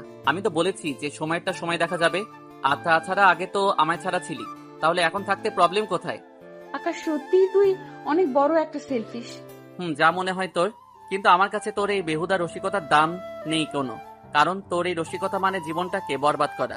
প্রথমে ঢাকা, তারপর চট্টগ্রাম শিফট হওয়া, পরে আবার ঢাকা। কি আজীবন কি এসব করেই পার করবি নাকি? ঠিক আছে, যা, আমি বেড়ানো শেষ হলে চট্টগ্রাম ফিরে যাব। কিন্তু হনুমানের বাচ্চা, তুই যদি আমায় ছেড়ে অন্য কোনো মেয়ে নিয়ে লুতুপুতু করিস, তাহলে দেখবি সোজা চট্টগ্রাম থেকে এসে তোকে জবাই করে দিয়ে রেখে চলে যাব। তুই কিন্তু এখনো আমায় ভালো করে চিনিস না আকাশ। আমি কিন্তু ভালোর ভালো, খারাপের খারাপ। বেরোজ, সে তুইও আমাকে ভালো করে চিনিস না। যেদিন চিনতে পারবি সেদিন মাথায় হাত দিয়ে বসে থাকবি। দেখা যাবে। আচ্ছা বাদ দে এখন এসব কথা। এখন কোথায় যাবি সেটা বল। এখানে তো অনেকটা সময় ধরে বসে আছি। জানি না কোথায় যাব, তোর যেখানে ইচ্ছে হয় নিয়ে চল আমায়। ঠিক আছে, ওঠ, রিক্সায় ওঠ। একটা রিক্সা ভাড়া করে দুজনে আবার চড়ে বসলাম। তারপর রবীন্দ্র সরোবর অতিক্রম করে রাস্তার অপোজিট একটা ভালো রেস্টুরেন্ট আছে, সেটাতে বেহরোজকে সাথে নিয়ে ঢুকলাম। রেস্টুরেন্টে ঢুকে খাবার অর্ডার করেছি, কিন্তু একটা জিনিস লক্ষ্য করলাম যে বেহরোজের মুড অফ হয়ে আছে। ওয়েটার তাকে কি খাবে জিজ্ঞেস করায় সে কোনো উত্তর দেয়নি। তাই আমার পছন্দ মতন দুজনের জন্য খাবার অর্ডার করেছি। এই বেহরোজ, কি হয়েছে তোর? কিছুই হয়নি। তাহলে তোর মুখ এমন ভার কেন হয়ে আছে? আকাশ, মনে আছে সেই দিনগুলোর কথা, যখন আমরা স্কুলে পড়তাম? তখন কতটা মিশুক ছিলাম দুজনে, কতটা মিল মোহব্বত ছিল দুজনের মাঝে। মনে পড়ে। কিন্তু এখন তুই অনেকটাই পাল্টে গেছিস। সময়ের সাথে সাথে পাল্টাতে হয় রে। তাই বলে এতটা পাল্টে যাবি নাকি অন্য কোনো রিলেশন করিস তুই? আরে না, তেমন কিছু না। তাহলে একটু আগে আমার ঢাকায় আসার বিষয়টা নিয়ে এতটা রিয়েক্ট করলি কেন? কে চায় না সে তার প্রিয় মানুষের কাছে থাকতে? বেরোজ, আমি তোর ভালোর জন্যই করেছি, কারণ এক প্রতিষ্ঠানে পড়ালেখা করা উত্তম। বারবার পরিবর্তন করলে পড়ালেখায় সমস্যা হয়। আর আমি কি তোকে কাছে থাকতে না করেছি নাকি? তাহলে আমি চট্টগ্রাম থাকবো আর তুই ঢাকায়, সেটা কাছে কি করে হলো? একদম পুরোপুরি কাছেটা না হয় বিয়ে হলেই থাকিস। আর যা, মাঝে মাঝে চট্টগ্রাম গিয়ে তোকে দেখে আসবো আমি। তাহলে প্রতি মাসে একবার করে চট্টগ্রাম আমায় দেখতে যাবি তুই? আচ্ছা যা, ঠিক আছে, যাবো। আকাশের কথা শুনে বেওরাজের মন ভালো হয়ে যায়। সে এতটা সময় আকাশের থেকে অনেকটা দূরে বসেছিল, কিন্তু এখন সে একদম আকাশের কাছে এসে তার গা ঘেঁষে বসছে। আকাশের আর বেওরাজ অনেকটা সময় রেস্টুরেন্টে কাটায়। পরে সে বেওরাজকে গাড়িতে তুলে দিয়ে সেও বাসায় চলে আসে। সে বাসায় আসতেই দেখে জেমস তার বাড়ির সামনে। হঠাৎ করে জেমসকে তার বাড়ির সামনে দেখে অবাক হয়ে যায়। স্যার, আপনি এখানে? তোমার খোঁজে এসেছে। কিসের খোঁজে স্যার? কাল তো সমস্যার সমাধান করে দিয়ে এসেছি, নাকি আবারও কোনো সমস্যা হয়েছে? আকাশ, তুমি সমস্যার সমাধান করলেও আমরা সেই সমাধানটাকে নিয়ে বেশিক্ষণ শান্ত থাকতে পারিনি, কারণ লেডি হ্যাকার আবারও প্রধানের ল্যাপটপ হ্যাক করে নিয়েছিল। তারপর সে স্যারের ল্যাপটপ থেকে বিভিন্ন ওয়েবসাইট হ্যাক করে স্যারকে ফাঁসিয়ে দেয়, যার ফলে অনেকটা সময় স্যারকে পুলিশ থানায় আটকে রাখে। ও সো স্যাড। কিন্তু এখন আমার কাছে কি প্রয়োজন এসেছেন আবার? আর বড় কথা, আমার বাড়ি ঠিকানা পেলেন কি করে? তোমার কাছে এসেছি প্রধান স্যারের রিকোয়েস্ট নিয়ে, যিনি তোমাকে বেস্ট 11-এর হেড হিসেবে দেখতে চায়। আর ঠিকানা তোমার নামে ট্র্যাকিং করে বের করেছে। জেমস আকাশের নাম্বার ট্র্যাকিং করেছে শুনে তার রাগ উঠে যায়, কিন্তু সে নিজেকে শান্ত রেখে বলে, স্যার, আমি কোনো কিছুতেই কাজ করব না, সো আপনি চলে যান প্লিজ। আকাশ তোমায় করজোড়ে অনুরোধ করছে বেস্ট 11-এ কাজ করার জন্য। স্যার আমি পারবো না ওসব করতে, কারণ আমার পড়ালেখা আছে। তাছাড়া আমার পরিবার নিয়েও আমার ভাবতে হবে। আমি ওসব করতে গিয়ে পড়ালেখার মাইর খাবো, যার ফলস্বরূপ পরবর্তীতে আমার পরিবার রাস্তায় এসে বসবে। সো আমি ওসব করতে পারবো না। আমার জীবনের এখন একটাই লক্ষ্য, সেটা হলো পড়ালেখা করে ভালো একটা কিছু করা, ভালো একটা বেতনের চাকরি করা। তুমি দরকার হয় বেস্ট 11-এর জন্য কাজ করো না, কিন্তু যখন সমস্যা হবে তখন তুমি এগিয়ে এসো। আর আমি দরকার হলে প্রধান স্যারকে দিয়ে তোমার কলেজের প্রিন্সিপালের সাথে কথা বলাবো, যাতে করে তোমার উপরে তিনি কোনো ধরনের চাপ না দেন। তোমার যখন ইচ্ছা হবে তুমি ক্লাস করবে, তোমার যখন ইচ্ছা হবে না তুমি ক্লাস করবে না। আর তোমার প্রতি মাসে মোটা অঙ্কের একটা টাকা আমাদের তরফ থেকে দেওয়া হবে। স্যার তাও আমি নেই। দুবার আপনার সম্মানের খাতিরে গিয়েছি আমি, কিন্তু বারবার যাওয়া আমার পক্ষে সম্ভব নয়। আর আরেকটা কথা শুনে রাখুন, আমি আকাশ চাইলে টাকার বিছানায় ঘুমাতে পারি, কিন্তু আমার ওসবে ইচ্ছে নেই। আমার ইচ্ছে হলো অন্যদিকে। তো আমার যা ইচ্ছে আমি সেটাই করছি, আর ভবিষ্যতেও করব। জেমস আকাশের কথা শুনে মন খারাপ করে সেখান থেকে ফিরে আসে। তারপর প্রধানকে ফোন করে আকাশের বিষয় বলে যে সে কাজ করবে না। প্রধান জেমসের কথা শুনে আকাশের উপর ক্ষেপে যায়। কি? তার এত বড় সাহস যে সে আমাদের কথার অমান্য করে? ঠিক আছে, বেটাকে দেখছি আমি। আপনি সে ছেলের নাম্বার আমাকে দেন। প্রধান জেমসের থেকে নাম্বার নিয়ে আকাশকে ফোন করে। এই ছেলে, তুমি নাকি বেস্ট 11-এ কাজ করবে না বলে অমত করেছো? তোমার সাহস তো দেখি কম না। করেছি, কারণ সেসবের প্রতি আমার কোনো ইচ্ছে নেই। আর স্যার, সাহস দেখাইনি আমি, আমার ইচ্ছে হয়নি তাই অমত করেছি। এই বেয়াদব ছেলে, একদম মুখের উপরে কথা বলবে না তুমি। তুমি কিন্তু আমায় ভালো করে চেনো না এখনো। আমি কিন্তু তোমার সারা জীবনের জন্য হ্যাকিং এর মামলার ভিতর ঢুকে যেতে পারি। স্যার আপনি কি আমায় হুমকি দিচ্ছেন? হ্যাঁ, তোমায় হুমকি দিচ্ছি। তুমি আমার অফারকে গ্রহণ না করায় অনেক বড় শাস্তি পেতে হবে তোমার। আমি আজকেই বেস্ট 11-কে দিয়ে বিভিন্ন ওয়েবসাইট হ্যাক করে তোমার নাম ভাসিয়ে দেব। তারপর বুঝতে পারবা আমার কথা অমান্য করার ফল। প্রধানের কথা শুনে আকাশের এত পরিমাণে রাগ হয় যে সে আর নিজেকে শান্ত রাখতে পারে না। সে রাগান্বিত কণ্ঠে প্রধানকে একটাই কথাই বলে। স্যার সাপের 5 পা দেখেননি কোনোদিন, কিন্তু আজ সেটা আমি আপনাকে দেখিয়ে দিব। তারপর বেস্ট 11-এর পাওয়ার আর আপনার গলাবাজি কোথায় যায় সেটা দেখবো আমি। তারপর ধুম করে ফোন কেটে দেয় আকাশ। ফোন কেটে দিয়ে হাত মুখ না ধুয়ে কম্পিউটার হাতে নিয়ে বসে সে। কিছুক্ষণ পরেই সারা দেশে আতঙ্ক লেগে যায়, কারণ কে যেন দেশের সব কয়টা সরকারি ওয়েবসাইট এবং বিভিন্ন নামি দামি কোম্পানির যে কয়টা ওয়েবসাইট আছে সবকিছুই হ্যাক করে নিয়েছে। সরকারি লোকজন যখন হ্যাকিং এর বিষয়ে তালাশ করে তখন তারা জানতে পারে যে বেস্ট 11 এবং আইসিটি প্রধান মিলে এসব কাজ করছে। পুলিশ সাথে সাথে আইসিটি প্রধান এবং বেস্ট 11-এর পুরো টিমকে গ্রেপ্তার করে থানায় নিয়ে যায়। এদিকে আকাশ বসে বসে পশ্চিক হাসি হাসছে আর চেঁচিয়ে চেঁচিয়ে জেটের বলা সেই 2 লাইনের ডায়লগ বলছে। বাপ সে মাত লেঙ্গা পাঙ্গা, নেই তো শুরু হো গয়া তো ফের হো জায়গা দাঙ্গা। প্রধান আমার সাথে পাঙ্গা নেওয়া উচিত হয়নি তোর। দেখলি তো মুহূর্তের মাঝে তছনছ করে দিলাম তোর অহংকারকে। আমার সাথে পাঙ্গা নেওয়ার আগে অন্তত আমার সম্পর্কে একবার জেনে নেওয়া উচিত ছিল তোর, যে কার সাথে পাঙ্গা নিচ্ছিস। কিনারাই পাবি কি ঠাই, নাকি সে তোকে জ্বালিয়ে দিয়ে করে দেবে ছাই। মর এবার লোহার কুঠুরিতে। অহংকারের পতন মাত্র শুরু, কাল দেখ আরো কি হয়। মাথা ভর্তি রাগ নিয়ে ঘুমিয়ে পড়লাম। সকালবেলায় ঘুম থেকে উঠে রুটিন মোতাবেক ক্লাসে চলে গেলাম। 3 ঘন্টা করে শেষের ঘন্টার আগে বেরিয়ে এলাম, কারণ অহংকারী লোকগুলোকে দেখতে থানায় যাব একটু। রিক্সা নিয়ে থানায় চলে এসেছি। থানার ইনচার্জ আমাকে দেখে জিজ্ঞেস করছে, এই ছেলে, থানায় কি কাজে এসেছো? স্যার আমি প্রধান স্যারদের সাথে দেখা করতে এসেছি। আমি একটু ওনাদের সাথে দেখা করতে চাই। না, ওনাদের সাথে দেখা করার পারমিশন নেই কারোর। স্যার প্লিজ, আমি অল্প সময়ের জন্য জাস্ট দেখা করব। 2-4 মিনিট সময় দিন স্যার আমায় প্লিজ। প্রধান, তোমার কি লাগে যে ওনার সাথে দেখা করতে এভাবে মিনতি করছো? আমার শিক্ষক হন তিনি, তিনার খুব কাছের মানুষ আমি। উনি আমায় নিজে কম্পিউটার সম্পর্কে খুঁটিনাটি ধারণা দেন। তার মানে কি প্রধানের সাথে হ্যাকিং এও তুমি জড়িত? না না স্যার, ওসব কিছু না। আমি তো ভালো করে কম্পিউটারও চালাতে পারি না, কিভাবে হ্যাকিং ট্যাকিং করব। উনি জাস্ট আমায় নিজের কাছে রেখে কম্পিউটারে শেখায়, কারণ উনি আমার আত্মীয় হয় সম্পর্কে। আচ্ছা ঠিক আছে, যাও দেখা করো, তবে সময় বেশি না, 5 মিনিট। ঠিক আছে স্যার। অনুমতি নিয়ে ভিতরে চলে গেলাম চামড়াছিলা মুরগিগুলোকে দেখার জন্য। ভিতরে গিয়ে দেখি বেস্ট 11-এর সব কয়টাকে এক কক্ষে ঢুকিয়ে রেখেছে, আর চামড়াছিলা প্রধান মুরগিটা এবং জেমসকে এক কক্ষে আটক করে রেখেছে। সোজা জেমস এবং প্রধানের কাছে চলে গেলাম। স্যার কেমন লাগছে এখন? প্রধান আমার কথার কোনো উত্তর না দিয়ে চোখ পাকিয়ে তাকিয়ে আছে। আমি আবারও জিজ্ঞেস করলাম, ও স্যার কেমন লাগছে লোহার বেরিঘরে? কেন এসেছিস এখানে? অহংকারী মুরগিগুলোকে দেখতে। এই ছেলে, একদম বেয়াদবি করবি না। তুই কিন্তু ভালো করে এখনো আমায় চিনিস না। আমি কিন্তু তোর জীবনটাকে পুরো নরক বানিয়ে দিব। স্যার তার আগে তো 4 দেয়াল থেকে নিজেকে মুক্ত করেন। সে আমি করে নিব, কারণ আমার মতো লোককে বেশিক্ষণ এই লোহার বেড়ি ঘরে আটকে রাখবে এমন বুকের পাটা কারোর হয়নি। আর মনে রাখিস, আমি আইসিটি প্রধান, আমার ক্ষমতাও কম না। স্যার এত ক্ষমতা দিয়ে কি হলো? পেরেছেন নিজেকে আটকে রাখতে থানায় আসা থেকে? পারেননি তো মনে রাখবেন, যার তার সাথে পাঙ্গা নিয়ে পেরে ওঠা যায় না। বাপেরও বাপ থাকে, তার জন্য সবসময় মানুষকে গুণে বেঁচে চলতে হয়। না হয় যে কারোর সাথে পাঙ্গা নিতে যাবেন তো এই হালত হবে। বেটা, তোকে তো আমি ছাড়বো না। আমি ভালো করেই জানি যে তুই আমাদের সবাইকে ফাঁসিয়েছিস। সো তোর রক্ষা নেই আমার হাত থেকে। পুলিশ তো আমায় বেশি সময় এই লোহার বেড়ি ঘরে আটকে রাখতে পারবে না, কারণ আমার হাত অনেক লম্বা। আর বাকি রইল বেস্ট 11, তারাও তোকে ছাড়বে না, কারণ তাদের তুই ফাঁসিয়েছিস। তুই ভালো করে জানিসই না যে বেস্ট 11 কি জিনিস। তাদের নাম খারাপ হয়েছে তো কি হয়েছে, কিন্তু তারপরও তারা পারদর্শী হ্যাকিং এর দিক দিয়ে। তাদের মতো ভয়ানক হ্যাকার অনেক কমই আছে এই দেশে। তাদের সাথে পাঙ্গা নেওয়া 2-4টে কথা না, মনে কর তোর মৃত্যু নিশ্চিত। তুই আমাদের যেভাবে ফাঁসিয়েছিস ঠিক একইভাবে বেস্ট 11কে দিয়ে তোকে হ্যাকিং এর মামলায় ফাঁসাবো। খালি একবার বের হই থানা থেকে, আর অল্প কিছু সময় তুই দুনিয়ার বুকে মুক্ত পাখির মতো উড়ে বেড়া। তারপর ইহজীবনের জন্য তোর পচে মরতে হবে লোহার বেরিকলে।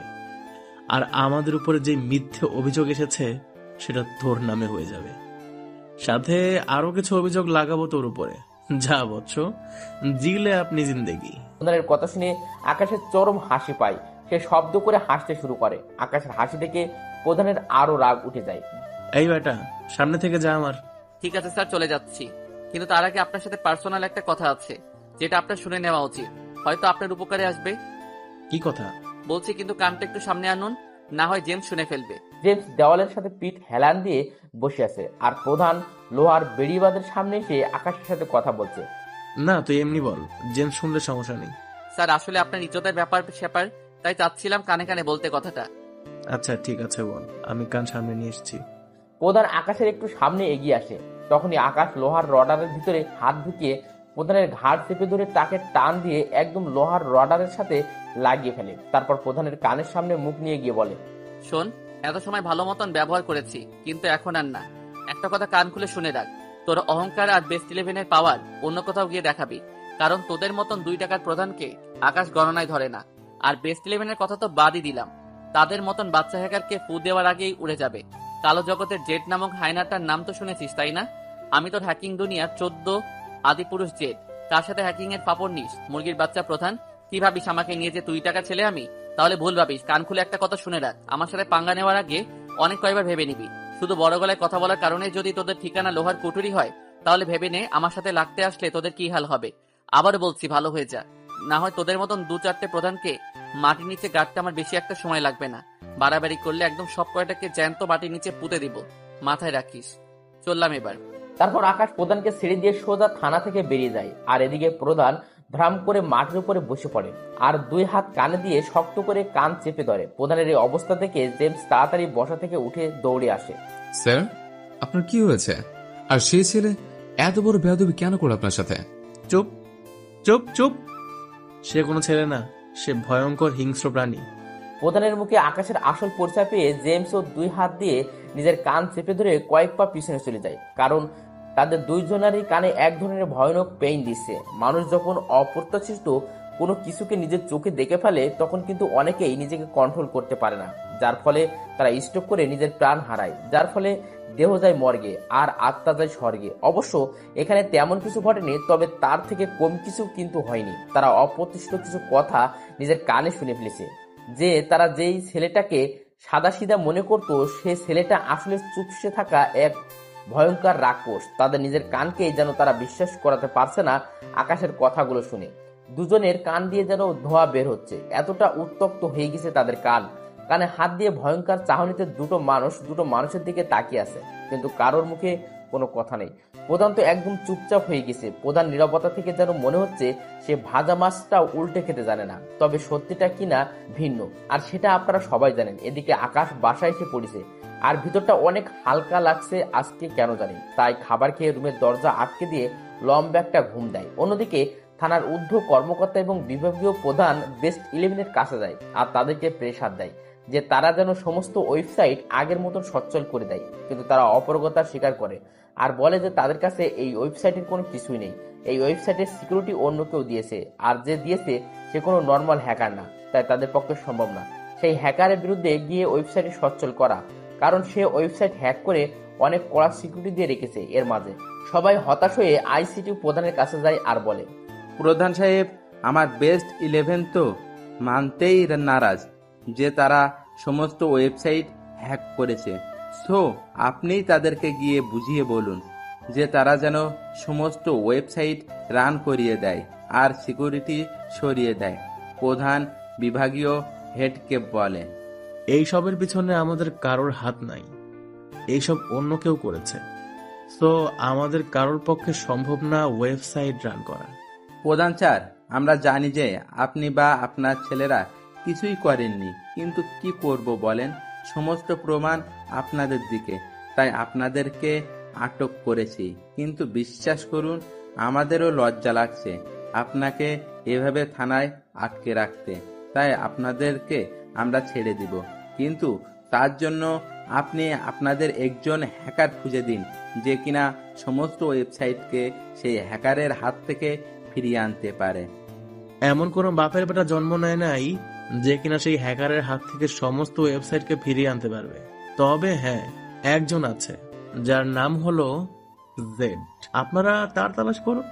সেই জেড এই একমাত্র ব্যক্তি যে কিনা আপনাদেরকে এ সবের হাত থেকে মুক্ত করতে পারবে। কোথায় পাবো সেই জেটকে? ডার্ক ওয়েবে তাকে তালাশ করুন, পেয়ে যাবেন।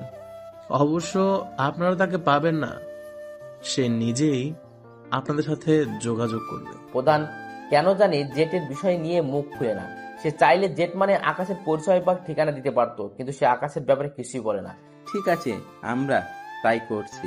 থানার লোকেরা ডার্ক ওয়েবে একটা নিউজ ছাড়ে জেটের নামে। সেখানে তারা উল্লেখ করে যে জেট এর সাহায্য তাদের প্রয়োজন। সেই সুযোগে এমবি জেটের নামে ফেক আইডেন্টি বানিয়ে তাদের সাথে যোগাযোগ করে। থানার লোক যখন তার সাথে ওয়েবসাইটের ব্যাপারে কথা বলে, তখন এমবি জেট তাদের কাছে টাকা দাবি করে। বিভাগীয় প্রধান তখন তার সাথে একটা চুক্তিতে যায়, কিন্তু কাজের শুরুতে সে পুরো পেমেন্ট পাবে না, অর্ধেক সে কাজের শুরুতে পাবে আর বাকিটা কাজের পরে। এমবি জেট রাজি হয়ে যায়। তারপর কাজের আগে পেমেন্ট নিয়ে 2 ঘন্টা সময় চায়, কিন্তু দুঃখের বিষয় সে কোনোভাবেই কোনো কিছু করতে পারে না, কারণ সেখানে জেট সিকিউরিটি দিয়ে রেখেছে। তাই এমবি জেট টাকাগুলো নিয়ে চুপচাপ কেটে পড়ে। 2 ঘন্টা পেরিয়ে গেছে সেই কবে, কিন্তু ওয়েবসাইট আনলক হওয়ার কোনো নাম গন্ধ নেই।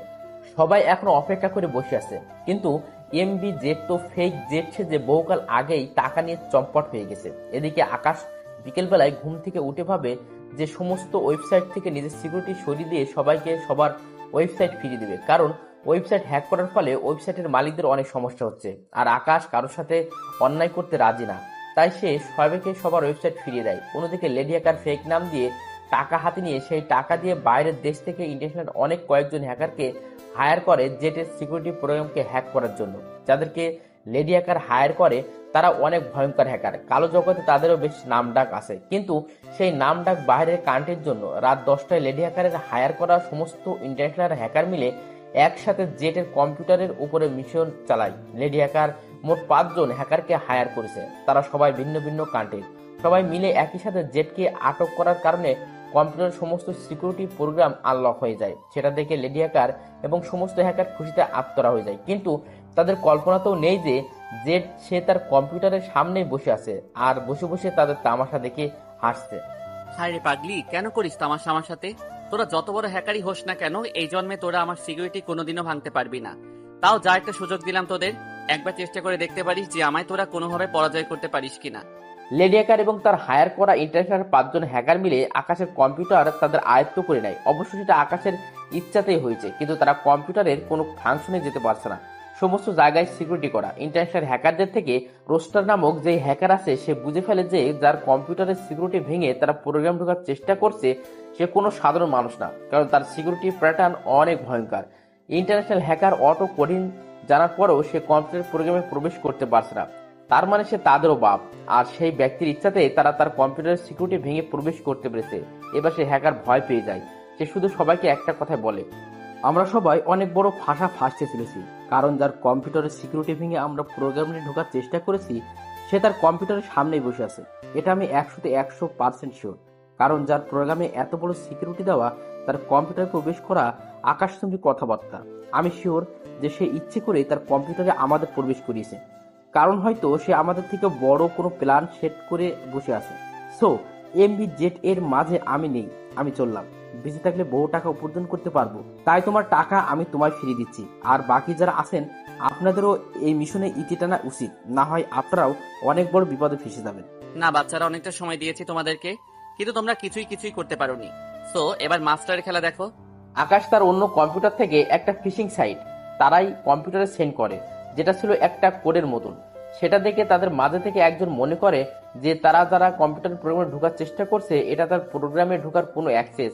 সেই হ্যাকার কোনো কিছু না ভেবেই সেই ফিশিং লিঙ্কে ক্লিক করে বসে, আর সাথে সাথেই সেই হ্যাকারের ডিভাইসের অ্যাক্সেস আকাশের কাছে চলে যায়। আর আকাশ তার ডিভাইসের অ্যাক্সেস নিয়ে তার কম্পিউটারে প্রবেশ করে সেই হ্যাকারের ডিভাইসকেই লক করে দেয়। এটা দেখে বাকি তিনজন হ্যাকার ভয়ে তাড়াতাড়ি আকাশের ডিভাইস থেকে বেরিয়ে যায়, আর তারা নিজের কম্পিউটার রোস্টারের মতন রিবুট মেরে সোজা পালিয়ে যায়। কারণ তারা বুঝে গেছে যে তারা এতটা সময় যেই গর্তে কেঁচো আছে মনে করে হাত দিয়েছে, সেই গর্তে কেঁচোর বদলে কোনো এক বিষধর সাপ খাপটি মেরে বসে আছে।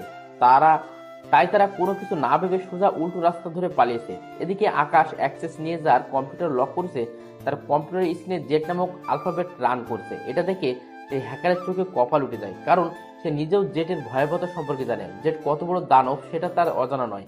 এমবি জেট তাকে জেটের ব্যাপারে আগে বলেনি যে তারা জেটের কম্পিউটার হ্যাক করবে, তাই সে এই কাজে মত দিয়েছে। কিন্তু এখন সে জানতে পেরে নিজের কপাল নিজেই দেওয়ালের সাথে চাপড়াচ্ছে। আর এদিকে এমবি জেট ভয়ে সোজা নিজের কম্পিউটার বন্ধ করে দেয়।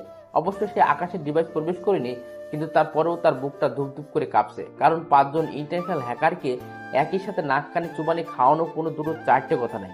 তাই সে ভয়ে নিজের কম্পিউটারই বন্ধ করে দিয়েছে। কিন্তু তার আবার চরম রাগ উঠেছে জেডের উপরে, কারণ সে এত টাকা খরচ করেও জেডের কিছু করতে পারেনি। তাই সে মনে মনে প্রতিজ্ঞা করে। তারপর সে একদম চুপচাপ হয়ে যায়, কারণ সে ভিতরে ভিতরে আরো ভয়ঙ্কর রকমের একটা প্ল্যান সাজায়। অন্যদিকে রাতের বাজে 9টা। তখনই আকাশের নাম্বারে অপরিচিত নাম্বার থেকে ফোন আসে। সে ফোনটা রিসিভ করে। হ্যালো, কে বলছেন? আকাশ ভাই, আমি জেমস বলছি। ও জেমস সাহেব, কিন্তু আপনি হঠাৎ আবার আমায় ফোন দিলেন যে? আর এমন বিড়ালের মতন কথা বলার মানে কি? আগে তো আমি আপনাদের জন্য শুধুমাত্র আকাশ ছিলাম, কিন্তু এখন হঠাৎ করে ভাই হয়ে গেলাম কি করে? ভাই আপনার কাছে মাপ চাওয়ার জন্য ফোন দিয়েছে, আর আপনি অনেক সম্মানিত মানুষ, তাই সম্মানটা আপনার প্রাপ্য। আমার কোনো ধরনের সম্মানের দরকার নেই। সো কি বলতে ফোন দিয়েছেন তাই বলেন। আর থানা থেকে কখন ছাড়লো আপনাদের? ভাই একটু আগে ছাড়া পেয়েছে। পুলিশ প্রধানের কারণে আমাদের সবাইকে ছেড়ে দিয়েছে, আর জেল থেকে ছাড়া পেয়ে সবার আগে আপনাকে ফোন দিয়েছে, কারণ আমরা আপনার বিষয়ে না জেনে আপনার সাথে বেয়াদবি করে ফেলেছে। ভাই প্লিজ আমাদেরকে মাফ করে দিন। জীবদ্দশায় আর কোনোদিন আপনার সাথে লাগতে যাব না। অবশ্য আমি আপনার সাথে লাগতে যাইনি, সেই প্রধান এই আপনার সাথে লেগেছে। বিশ্বাস করুন ভাই, এতে আমার কোনো হাত নেই। প্লিজ ভাই, আপনি আমাকে ক্ষমা করে দিন। ও আচ্ছা, তাহলে এই ব্যাপার। এই জন্যই তো বলি বাঘ দাবি করা লোকজন কেন ভেজা বিড়াল হয়ে গিয়েছে। শোনো জেমস, অনেক সম্মান দিয়েছি তোদের, কিন্তু তোরা আমায় গর্ত থেকে টেনে হেঁচড়ে বের করলি। সেই শাস্তি তো তোরা পাবি। অবশ্য প্রতিশোধ আমি নিয়েও নিয়েছি, কিন্তু প্রধানকে আরো কিছু দেখানোর আছে, কারণ সে দুর্বল লোক, দেখলে নিজের পাওয়ার দেখিয়ে বসে। সে হলো শক্তের ভক্ত, নরমের জম। তার সামনে দুর্বল লোক আসলেই করে বসে প্রতিঘাত। কিন্তু যখনই সে জানতে পারে সেই মানুষটা দুর্বল নয়, তখনই সে নিজেকে গুটিয়ে দিয়ে প্রার্থনা সুরে আগিয়ে দেয় তার দুহাত। আকাশ ভাই প্লিজ, আপনি আমাদের মাফ করে দিন। বিশ্বাস করেন, আপনার ক্ষমতা সম্পর্কে আমরা জেনে গেছি। কোনোদিন ভুলেও আপনার সাথে লাগার মতন দুঃসাহস করব না। অবশ্যই সেটা আমি আগেও করিনি, আর ভবিষ্যতেও করব না। ঠিক আছে, যা মাফ করে দিলাম, কিন্তু হ্যাঁ, প্রধানকে ঠিক হয়ে যেতে বলবি। আর আমার এই নাম্বারে আর কখনো তোরা যোগাযোগ করার চেষ্টা করবি না। আর আমার বিষয়ে তো তোরা কখনো মুখ খুলবি না, না হয় কিন্তু মুখ খুলবি তোরা, আর তোদের সব কয়টাকে গিলে খাবো আমি। না না ভাই, মুখ খুলব না কখনো। জন্ম শিক্ষা হয়ে গেছে প্রথমবারেই, এরপর আর এই দুঃসাহসী জীবনও করব না। কথাটা যেন মনে থাকে। আর জেমস সাহেব, দুঃখিত আমি, কারণ এতটা সময় তুই তুকারি করেছি। আর বড় কথা, আপনার কোনো দোষ না থাকা সত্ত্বেও শাস্তি পেতে হয়েছে আমার জন্য। না না ভাই, ওসবে আমি কিছুই মনে করিনি, বরং শিক্ষা পেয়েছি আরো। আচ্ছা, এখন রাখলাম। আর দয়া করে আমার এই নাম্বারে কখনো আর ফোন দিবেন না। ঠিক আছে ভাই, দিব না। রাখলাম। আকাশ ফোন কেটে দেয়। পরে সে খাওয়া দাওয়া করে কিছুটা সময় তার কম্পিউটারে বসে কাজ করে, পরে ঘুমিয়ে পড়ে। আকাশ ঘুমিয়ে পড়েছে, কিন্তু এমবি জেট মানে লেডি হ্যাকার, সে রাত 3টা বাজে তার কম্পিউটার ওপেন করে, কারণ সে নতুন যে প্ল্যানটা করেছে সেটাকে বাস্তবায়ন করার জন্য এই গভীর রাতের লাইন এসেছে। তারপর সে তার প্ল্যানিং করে ঘুমিয়ে পড়ে। পরের দিন সকালে বেলায় আকাশ ঘুম থেকে উঠে কলেজে চলে যায়। সে ক্লাস শেষ করে যখন বের হবে তখনই জেমস তাকে আবার ফোন দেয়। সে জেমসের নাম্বার থেকে আবারও ফোন পেয়ে চরম রাগ উঠে যায়। সে ফোনটা রিসিভ করে রাগান্বিত কণ্ঠে জেমসকে বলে, এই যে জেমস সাহেব, আপনার সমস্যাটা কোথায়? আপনাকে বারণ করার পরেও আপনি আবার কোন সাহসে আমার নাম্বারে ফোন করেছেন?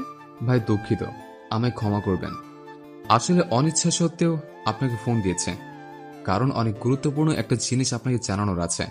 মানে বুঝলাম না, কি গুরুত্বপূর্ণ জিনিস জানানোর জন্য ফোন দিয়েছেন আপনি আবার? আসলে আকাশ ভাই, লেডি হ্যাকার দেশের সমস্ত হ্যাকারের একটা লিস্ট বানিয়েছে, যে লিস্টে দেশের সমস্ত এথিক্যাল হ্যাকার এবং সাধারণ কিছু হ্যাকারও রয়েছে। তারপর সে ডার্ক ওয়েব থেকে ভয়ঙ্কর একটা কন্ট্রাক্ট কিলারের টিমকে হায়ার করে। তারপর সেই লিস্টটা তাদেরকে দিয়ে বলে এই লিস্টের সবাইকে ঘর থেকে উঠিয়ে নিতে।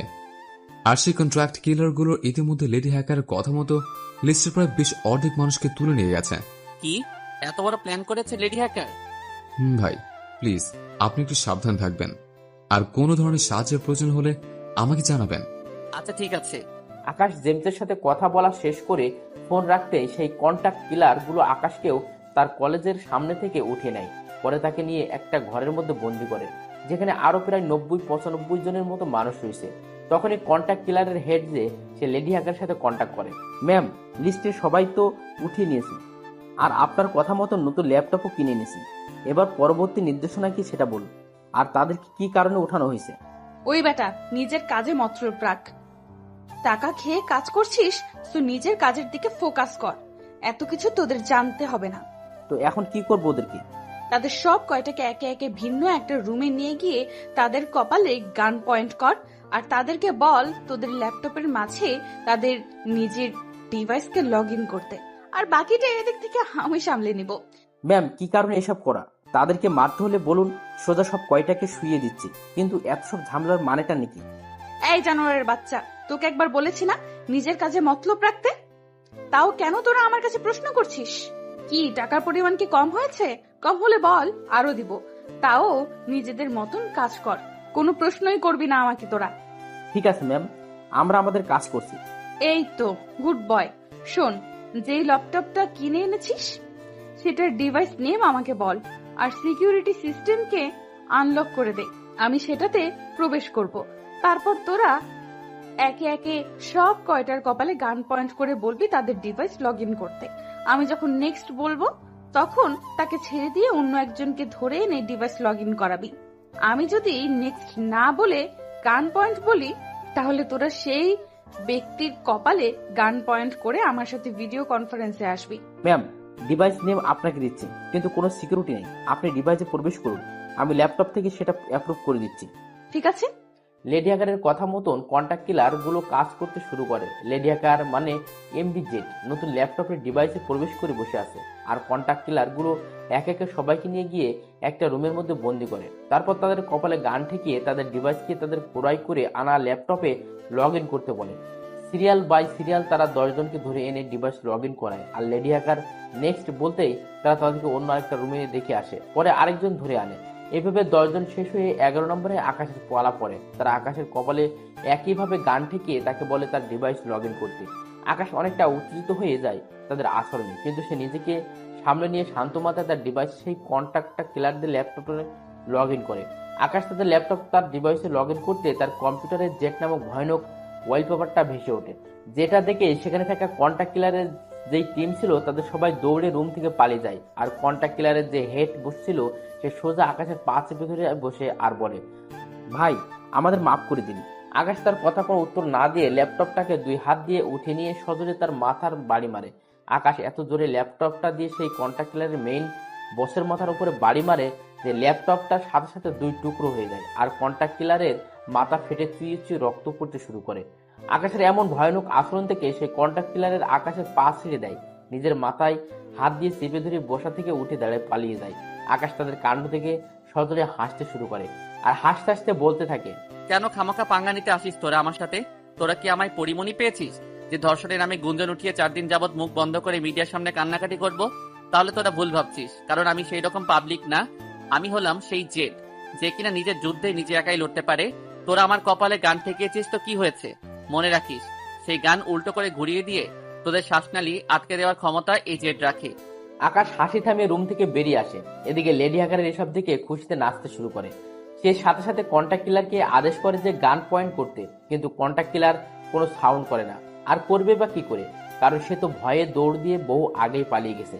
লেডি হ্যাকার মানে এমবি জেট কে হঠাৎ করে জেটের ডিভাইস থেকে বের করে দেয়, কারণ এদিক থেকে আকাশের ডিভাইস অটো লগ আউট হয়ে গেছে।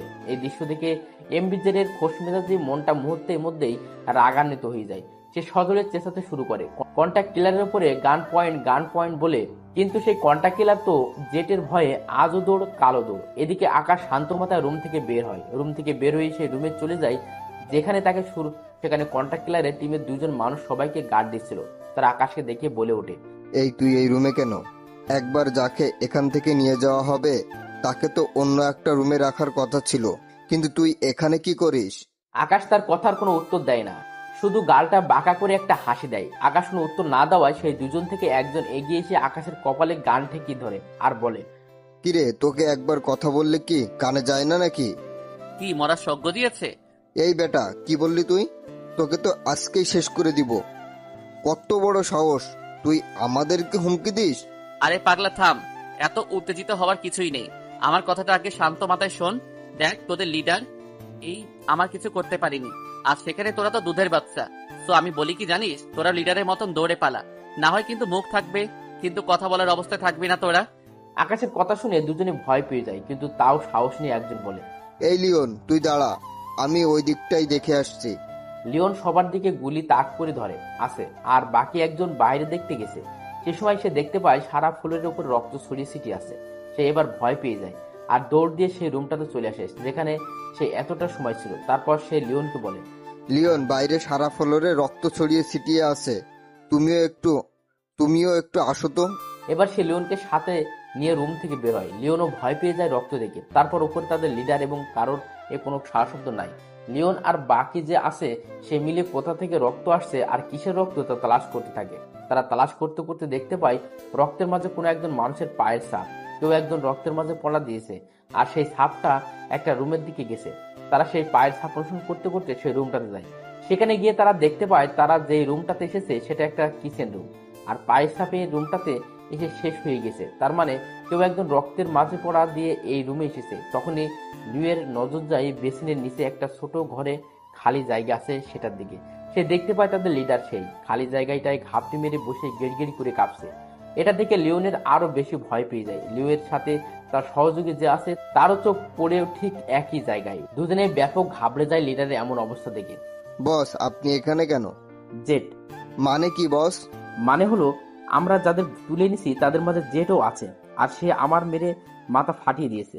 বস, পালান এখান থেকে, না হয় জেড আমাদেরকে আস্ত গিলে খাবে।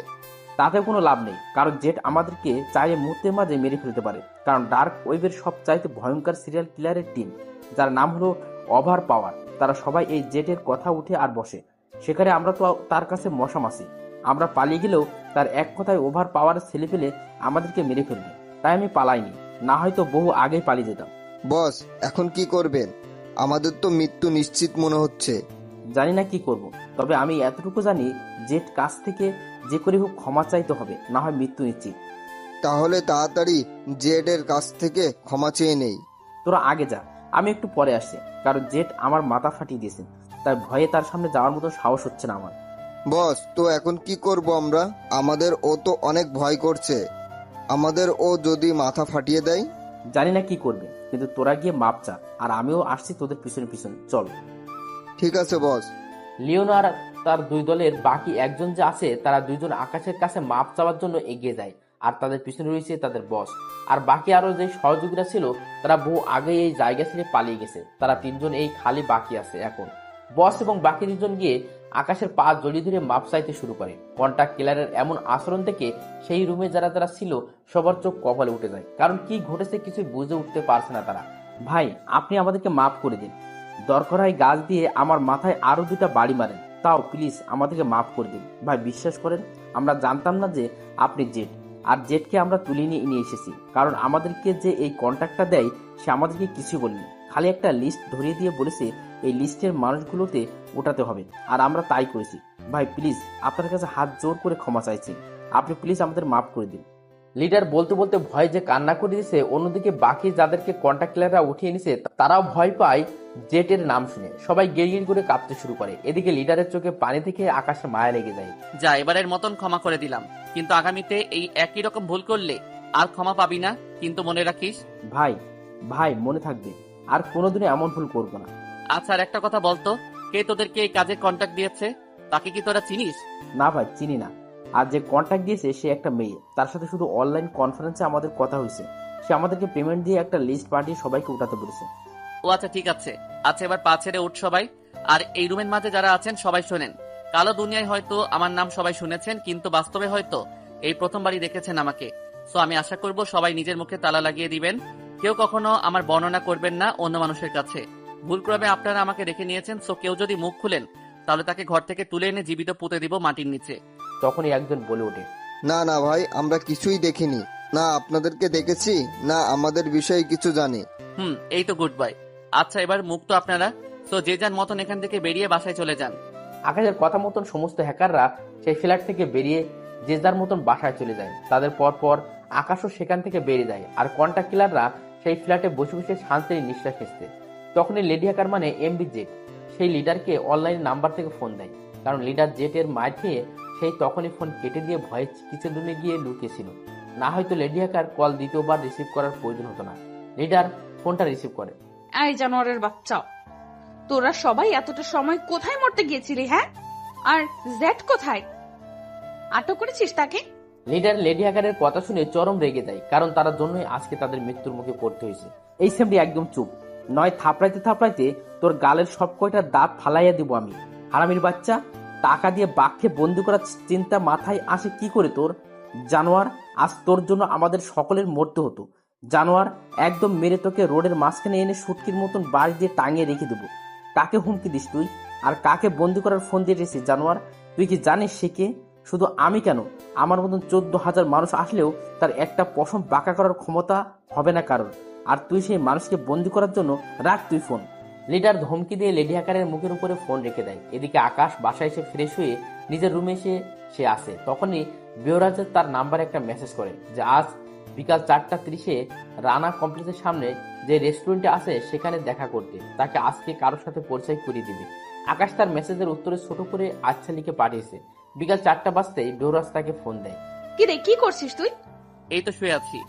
আচ্ছা, রেডি হয়ে রানা কমপ্লেক্সের সামনে যে রেস্টুরেন্ট আছে সেটাতে চলে আয়। আমিও রেডি হয়ে বের হচ্ছি। আচ্ছা, ঠিক আছে। আকাশ রেডি হয়ে বেহরাজের বলা রেস্টুরেন্টে চলে যায়, যেখানে গিয়ে সে দেখতে পায় বেহরাজ আগেই চলে এসেছে, আর তার সাথে একটা লোক বসে আছে। সেই লোকটা আর অন্য কেউ না, সেই লোকটা হলো প্রধান। প্রধান আকাশকে দেখে বসা থেকে উঠে দাঁড়িয়ে যায়, আর চোখ বড় বড় করে আকাশের দিকে তাকিয়ে থাকে। আকাশও অবাক করার দৃষ্টিতে প্রধানের দিকে তাকিয়ে আছে। দুজনের আচরণে পরিবর্তন থেকে বেহরাজ দুজনকে বলে, আরে তোমরা এভাবে হতবাক হয়ে আছো যে? কি হয়েছে আঙ্কেল? প্রধান বেহরাজের কথা শুনে নিজেকে সামনে নেয়। না মামনি, কিছু না। ও তাহলে ঠিক আছে, চলো তোমায় আকাশের সাথে পরিচয় করিয়ে দেই। আঙ্কেল, গতকাল তোমায় একজনের কথা বলেছিলাম না, যে আকাশ নামক একটা ছেলেকে আমি পছন্দ করি? এই ছেলেই হলো সেই আকাশ। আর আকাশ, উনি হলেন আমার আঙ্কেল, মানে হলো আন্টি বা খালামনির হাজবেন্ড। পরিচিত হয়ে নি তুই ওনার সাথে। আসসালামু আলাইকুম আঙ্কেল, কেমন আছেন? এই তো ভালো, তুমি কেমন আছো? জি আলহামদুলিল্লাহ, আমিও ভালো। আকাশ, জানিস আমার আঙ্কেল অনেক নামি দামি লোক, তিনি পুরো দেশের আইসিটি বিভাগের প্রধান। বাহ, মাশাআল্লাহ, যাক খুশি হয়েছি ওনার সাথে সাক্ষাৎ করে। বেহরাজ আকাশের সাথে বক বক করছে, আর আকাশ তার কথার উত্তর দিচ্ছে খালি। নিজ থেকে সে কোনো কথাই বলছে না, আর প্রধান একদম চুপচাপ বসে আছে, কারণ তার ভিতরে প্রবল গতিতে তুফান বইছে। আকাশকে দেখে অনেকটা সময় তিনজন রেস্টুরেন্টে বসে কথাবার্তা বলে, তবে প্রধান সবচাইতে শান্তশিষ্ট ছিল। সে প্রয়োজন ছাড়া তেমন একটা কথা বলেনি। একটু পর প্রধান চলে যাওয়ার জন্য তাড়াহুড়ো শুরু করে। বেহরোজ, আমার উঠতে হবে এখন। আসলে কিছুক্ষণ পর আমার একটা গুরুত্বপূর্ণ কাজ আছে। তোমরা দুজন বসে আড্ডা দাও। আচ্ছা ঠিক আছে আঙ্কেল। প্রধান উঠে চলে যায়। আকাশ আর বেহরাজ রেস্টুরেন্টে বসে বসে কথা বলছে। আচ্ছা আকাশ, তোকে একটা কথা জিজ্ঞেস করার আছে আমার। কি কথা? তুই আসলে কি করিস? মানে বুঝলাম না, কিসের কথা বলছিস তুই? মানে হলো তুই পড়াশোনার পাশাপাশি হাত খরচের জন্য কি করিস? ও আচ্ছা, এই কথা। আমি পড়ালেখার পাশাপাশি প্রোগ্রামিং করি। কি সত্যি তুই প্রোগ্রামিং করিস? আরে তুই এতটা উত্তেজিত হচ্ছিস কেন? আমি এখনো নতুন, তবে যেটুকু কাজ শিখেছি সেটুকু দিয়ে কিছুটা টাকা আসে আমার, যা দিয়ে আমার হাত খরচা উঠে যায়। ও, আমি তো আরো ভাবলাম তুই প্রোগ্রামিং পারিস। আরে না, আমি এখনো সেইভাবে পারি না, বলতে গেলে একদম নতুন। পড়ালেখার পাশাপাশি কিছু একটা করা উচিত, না হয় চলতে কষ্ট হয়ে যাবে তোর। তার জন্যই তো সব শিখছি। আচ্ছা চল, আজকের মতন বাড়ি যাওয়া যাক, না হয় খালামুনি আবার টেনশন করবে। চলো। তারপর উঠে বেরিয়ে এলাম রেস্টুরেন্ট থেকে। পরে বেহরোজকে বিদায় করে দিয়ে আমিও গাড়িতে উঠে বাসায় চলে এলাম। বাসায় এসে টুকিটাকি কাজ ছিল সেসব শেষ করে কম্পিউটার ওপেন করে বসা মাত্রই একটা মেইল চোখে পড়ল। যেই মেইলটা করেছে ওভার পাওয়ারের মেইন লিডার। এই কালো জগতে শুধু একটা মানুষ এই আমার সম্পর্কে জানে, যে কিভাবে আমার সাথে কন্ট্যাক্ট করা যায়। আমি তার মেইলটা ওপেন করতে দেখি একটা ভিডিও পাঠিয়েছে সে। আমি কোনো কিছু না ভেবেই ভিডিওটা প্লে করলাম। ভিডিও প্লে করতে দেখি সেই ওভার পাওয়ারের মেইন লিডার মুখে মাস্ক পরে এবং হাতে একটা ছুরি নিয়ে দাঁড়িয়ে আছে, আর তার সামনে সেই কন্ট্রাক্ট কিলার, যাকে কিনা একটা চেয়ারের সাথে দড়ি দিয়ে বেঁধে রাখা হয়েছে। ভাই, এই হারামজাদা নাকি আপনাদেরকে তুলে নিয়ে গিয়েছিল, তাই হারামজাদাকে আমি উঠিয়ে নিয়েছি। আপনি খালি একবার বলেন, তাহলেই দেখবেন হারামজাদার শরীর থেকে মস্তক আলাদা করে ফেলেছি আমি। ভিডিওটা দেখে সাথে সাথে ওভার পাওয়ারের লিডারকে ভয়েস মেইল করলাম যে ওকে ছেড়ে দাও, ও আমার কাছে তার আচরণের জন্য মাপ চেয়েছে। আকাশের কথার প্রতি উত্তরে সে আবারও একটা ভয়েস পাঠায়। ঠিক আছে ভাই, তাহলে ছেড়ে দিচ্ছি তাকে। তবে হ্যাঁ, আর একটা কথা আছে আপনার সাথে। আমি এই ব্যাটাকে ছেড়ে দিয়ে এসে আপনার সাথে সরাসরি কলে আসছি। অপেক্ষায় বসে আছি সেই ওভার পাওয়ারের লিডারের কলের। একটু পর সে মেকানিক্যাল টোন লাগিয়ে কল দিল। অবশ্যই এটাই নিয়ম এই কালো জগতের, কেউ কারোর সাথে কথা বললে মেকানিক্যাল টোন লাগিয়ে পরে কথা বলে। ভাই, কেউ একজন মেইল করে আপনাকে উঠিয়ে নেওয়ার কন্ট্যাক্ট দিচ্ছে আমাদেরকে। সে আপনাকে উঠিয়ে নেওয়ার বিনিময়ে অনেক মোটা অঙ্কের একটা টাকার অ্যামাউন্ট ও অফার করেছে। এখন কি করব বলেন ভাই? আমার তো ইচ্ছে হচ্ছে যে মেইল করেছে তার সাথে কন্ট্যাক্ট করে তাকে গিয়ে ঘরের মধ্যে কুপিয়ে রেখে আসি। মেইলটা কখন করেছে? ভাই, গতকালকে। তাহলে কিছু করার কোনো প্রয়োজন নেই, কারণ যে মেইলটা করেছে সেই কন্ট্রাক্ট কিলার গুলোকে দিয়ে আমাকে উঠিয়েছে, কিন্তু পরবর্তীতে আমার সামনে টিকতে না পেরে এত সময়ে সবকিছু গুটিয়ে নিয়ে পালিয়েছে সে। তাহলে কি ভাই, কিছু করব না আমরা? না, কিছু করিও না, কারণ সে আর আমার ক্ষতি করার মতন দুঃসাহস করবে না কখনো। সে অনেক কয়বার আমার ক্ষতি করার চেষ্টা করেও পারেনি, তাই ভবিষ্যতে হয়তো আমার সাথে এসব করার আর ইচ্ছে পোষণ করবে না। আর করলে আমি নিজেই টপকে দিব তাকে, আর না হলে তোমাকে জানাবো। আচ্ছা ঠিক আছে ভাই, তাহলে। আকাশ তারপর কনফারেন্স কলটা কেটে দিয়ে নিজের কাজ করতে শুরু করে। আকাশ ভাবছে তার সাথে যে পাঙ্গা নিতে চাইছে সে হয়তো চুপসে গেছে, কিন্তু সত্যিকার অর্থে তা নয়। এমবিজেড ও হেরে যাওয়ার মতন পাবলিক না, সেও ঘাপটি মেরে বসে আছে, আর বসে বসে আবারও নতুন কোনো প্ল্যান সাজাচ্ছে। পরের দিন সকালে আকাশ ঘুম থেকে উঠে কলেজের উদ্দেশ্যে ঘর থেকে বের হয়। তখনই মাঝ থেকে আকাশকে কারা যেন কিডন্যাপ করে নিয়ে চলে যায়। কিডন্যাপাররা আকাশকে নিয়ে গিয়ে একটা অন্ধকার ঘরের মাঝে চেয়ারের সাথে বেঁধে বন্দি করে রেখেছে। কে ভাই আপনারা, আর আমাকে কেন এভাবে উঠিয়ে এনেছেন? তুই নাকি বলে জেট, তাই তোকে তুলে নিয়ে এসেছি।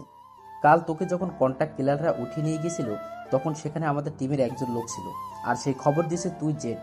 আর গতকাল যার কথায় তোদেরকে উঠিয়ে নিয়ে একত্রে করা হয়েছিল সেই মানুষটার লিস্টের মাঝে তার নিজস্ব একটা মানুষকে ঢুকিয়ে দিয়েছিল, যাতে করে কন্ট্যাক্ট কিলাররা যদি কোনো কারণে পাল্টি খায় তখন সে যেন জেটকে দেখে চিনে রাখতে পারে। আর তাই হয়েছে, কন্ট্যাক্ট কিলাররা পাল্টি খেয়েছে, আর সেই মানুষটা তোকে মার্ক করে নিয়েছে। তো এখন কি করতে চাইছো তোমরা আমার সাথে? আর আমি তো আসল জেড নই, আমি খালি তাদের থেকে মুক্তি পাওয়ার জন্য জেড এর নাম ব্যবহার করেছি। কি? তার মানে তুই আসল জেট না? না, আমি আসল জেড নই। আকাশের কথা শুনে যারা আকাশকে দ্বিতীয়বারের মতন কিডন্যাপ করেছে তারা কাকে যেন ফোন দিয়ে বলতে শুরু করে, ম্যাম এটা তো আসল জেট না, সে নাকি গতকাল বাঁচার জন্য খালি জেটের নাম ব্যবহার করছে। আমি কোনো কথা শুনতে চাই না, আমি জানি সেই আসল জেট, কারণ তার কম্পিউটার ওয়ালপেপার গতকাল আমি দেখেছি। তোমরা তাকে মেরে হলেও তার মুখ দিয়ে সত্যি কথা বের করো, আর তার কম্পিউটারের সমস্ত সিকিউরিটি আনলক করে নাও। আমি ঘন্টাখানিকের মধ্যে আসছি। ঠিক আছে ম্যাম। আকাশ তাদের কথা শুনে বুঝতে পারে যে আকাশের কম্পিউটারের বা তার সাথে যা যা ঘটেছে সবকিছুর পিছনেই একজন মানুষের হাত রয়েছে, আর যে এসব করেছে সে একজন মেয়ে, আর হয়তোবা সেই মেয়েটাই লেডি হ্যাকার। আকাশ এসব নিয়ে ভাবছে, তখনই সে কিডন্যাপাররা আকাশকে মারতে শুরু করে। মারতে মারতে আকাশের নাক মুখ ফাটিয়ে ফেলেছে। তারা আকাশকে মারছে আর একটা কথা জিজ্ঞাসা করছে, বল যে তুই জেট। আকাশকে এত পরিমাণ মারধর করেছে সেই কিডন্যাপার যে তার ধৈর্যের সীমা অতিক্রম হয়ে গেছে, তাই সে না পারতে নিজের মুখ খুলে, কারণ সে আর মার খাওয়ার অবস্থায় নেই। হ্যাঁ, আমি জেড। আকাশের মুখে জেট কথাটা শুনে কিডন্যাপাররা ভয় পেয়ে যায়, তবুও তারা বুকে সাহস নিয়ে আকাশের সামনে এসে কথা বলে, কারণ সে বাধা অবস্থায় আছে এখন। আর তাছাড়া তাদের কাছে মেশিনও রয়েছে, জেট তাদের কিছুই করতে পারবে না এখন। যে আকাশকে সবচাইতে বেশি মেরেছে সে একজনকে আদেশ করে অন্য রুমের টেবিলের উপর একটা ল্যাপটপ রাখা আছে সেটা নিয়ে আসতে। তার কথা মতন একজন গিয়ে ল্যাপটপ নিয়ে আসে। তখন সেই আদেশকারী ব্যক্তি আকাশের সামনে কম্পিউটার রেখে বলে, এই এখানে তোর ডিভাইস লগ ইন কর, তোর সমস্ত সিকিউরিটি সিস্টেমকে আনলক কর, একটু পর ম্যাডাম এসে দেখবি। আকাশ কোনো কথার উত্তর না দিয়ে ল্যাপটপে তার ডিভাইস লগ ইন করে এবং তার প্রোগ্রাম থেকে সমস্ত সিকিউরিটি হাঁটাতে শুরু করে। কিন্তু এর মাঝেই আকাশ কিডন্যাপারদের অগোচরে কিছু একটা করে বসে, যেটা তাদের চোখে পড়ে না। আকাশ সমস্ত সিকিউরিটি হাঁটিয়ে ল্যাপটপ থেকে হাত সরিয়ে রাখে, আর কিডন্যাপাররা আকাশের সামনে থেকে ল্যাপটপটা নিয়ে অন্য রুমে রেখে আসে। আকাশকে যেই অন্ধকার রুমে কিডন্যাপাররা আটকে রেখেছে, ঘন্টাখানেক পর কে যেন সেই ঘরের আসল দরজায় এসে বেল বাজায়। হয়তো সে ম্যাম এসেছে, যে কিনা কিডন্যাপ করার সুপারি দিয়েছে এই কিডন্যাপারদেরকে। কিডন্যাপারদের থেকে একজন গিয়ে দরজা খুলে দেয় তাদের ম্যাম ভিতরে আসার জন্য, কিন্তু দুঃখজনকভাবে সেখানে তাদের ম্যামের বদলে অন্য কেউ দাঁড়িয়ে আছে। অবশ্য তারা একজন নয়, তারা সংখ্যায় 10-এর অধিক, সবাই হাতে ইয়া বড় বড় অস্ত্র। কিডন্যাপার তাদেরকে দেখে ভয় পেয়ে যায়। তখনই একজন সে কিডন্যাপারকে এক লাথি মেরে ঘরের দরজা থেকে রুমের কয়েক হাত ভিতরে নিয়ে ফেলে। পরে তারা সবাই অস্ত্রশস্ত্র নিয়ে হুড় করে ঘরের ভিতরে প্রবেশ করে। তারপর এক একে কিডন্যাপারদের সবাইকে খুঁজে খুঁজে ভয়ানকভাবে মারতে আরম্ভ করে। এতে বিভৎসভাবে তারা কিডন্যাপারদেরকে মারতে শুরু করে। যে কোনো সাধারণ মানুষ যদি তাদের লাশ দেখে তাহলে ভয়ে তাদের কলিজা গলে গিয়ে মুখ দিয়ে বের হয়ে যাবে। এতই ভয়ানকভাবে তারা কিডন্যাপারদের মারছে, যাকে ধরছে তাকেই মেরে জমের বাড়ি পাঠিয়ে দিচ্ছে। তাদের মনে যেন কোনো ধরনের মায়া দয়া নেই। অবশ্য থাকবেই বা কি করে, তারা তো কোনো সাধারণ মানুষ নয়, তারা হচ্ছে মানুষ রূপে রক্তচোষা, যাদেরকে বলা হয় ডার্ক ওয়েব ওভার পাওয়ার। তারা এখানে আকাশকে বাঁচাতে এসেছে। এদিকে লেডি হ্যাকার জেট কাছে আসার জন্যই রওনা হয়েছে। এদিকে ওভার পাওয়ারের লিডার আকাশের অবস্থা দেখে ঘাবড়ে গেছে। ভাই, আপনার তো অবস্থা খারাপ অনেক, চলেন আপনাকে হসপিটালে নিয়ে যাই। আর তাছাড়া আপনাকে যারা জিম্মি করেছে তাদের সবাইকে তো জমের বাড়ি পাঠিয়ে দিয়েছি আমরা। আরে না, তার কোনো প্রয়োজন নেই, আমি ঠিক আছি। আর এখনো সবাই শেষ হয়নি, তোমরা শুধু চেলাপেলাকে মেরেছো। আসল গডফাদার এখনো বাকি আছে, আর সে অল্প কিছু সময়ের মাঝেই এখানে আসবে। আর সে আসা মানে আমার ট্রিটমেন্টের প্রয়োজনীয়তা শেষ মনে করো। তার সাথে হিসাব নিকাশ চুকাইলেই আমার শরীরে আবার চাঙ্গা হয়ে যাবে। মানে কি ভাই? আর কিসের গডফাদার?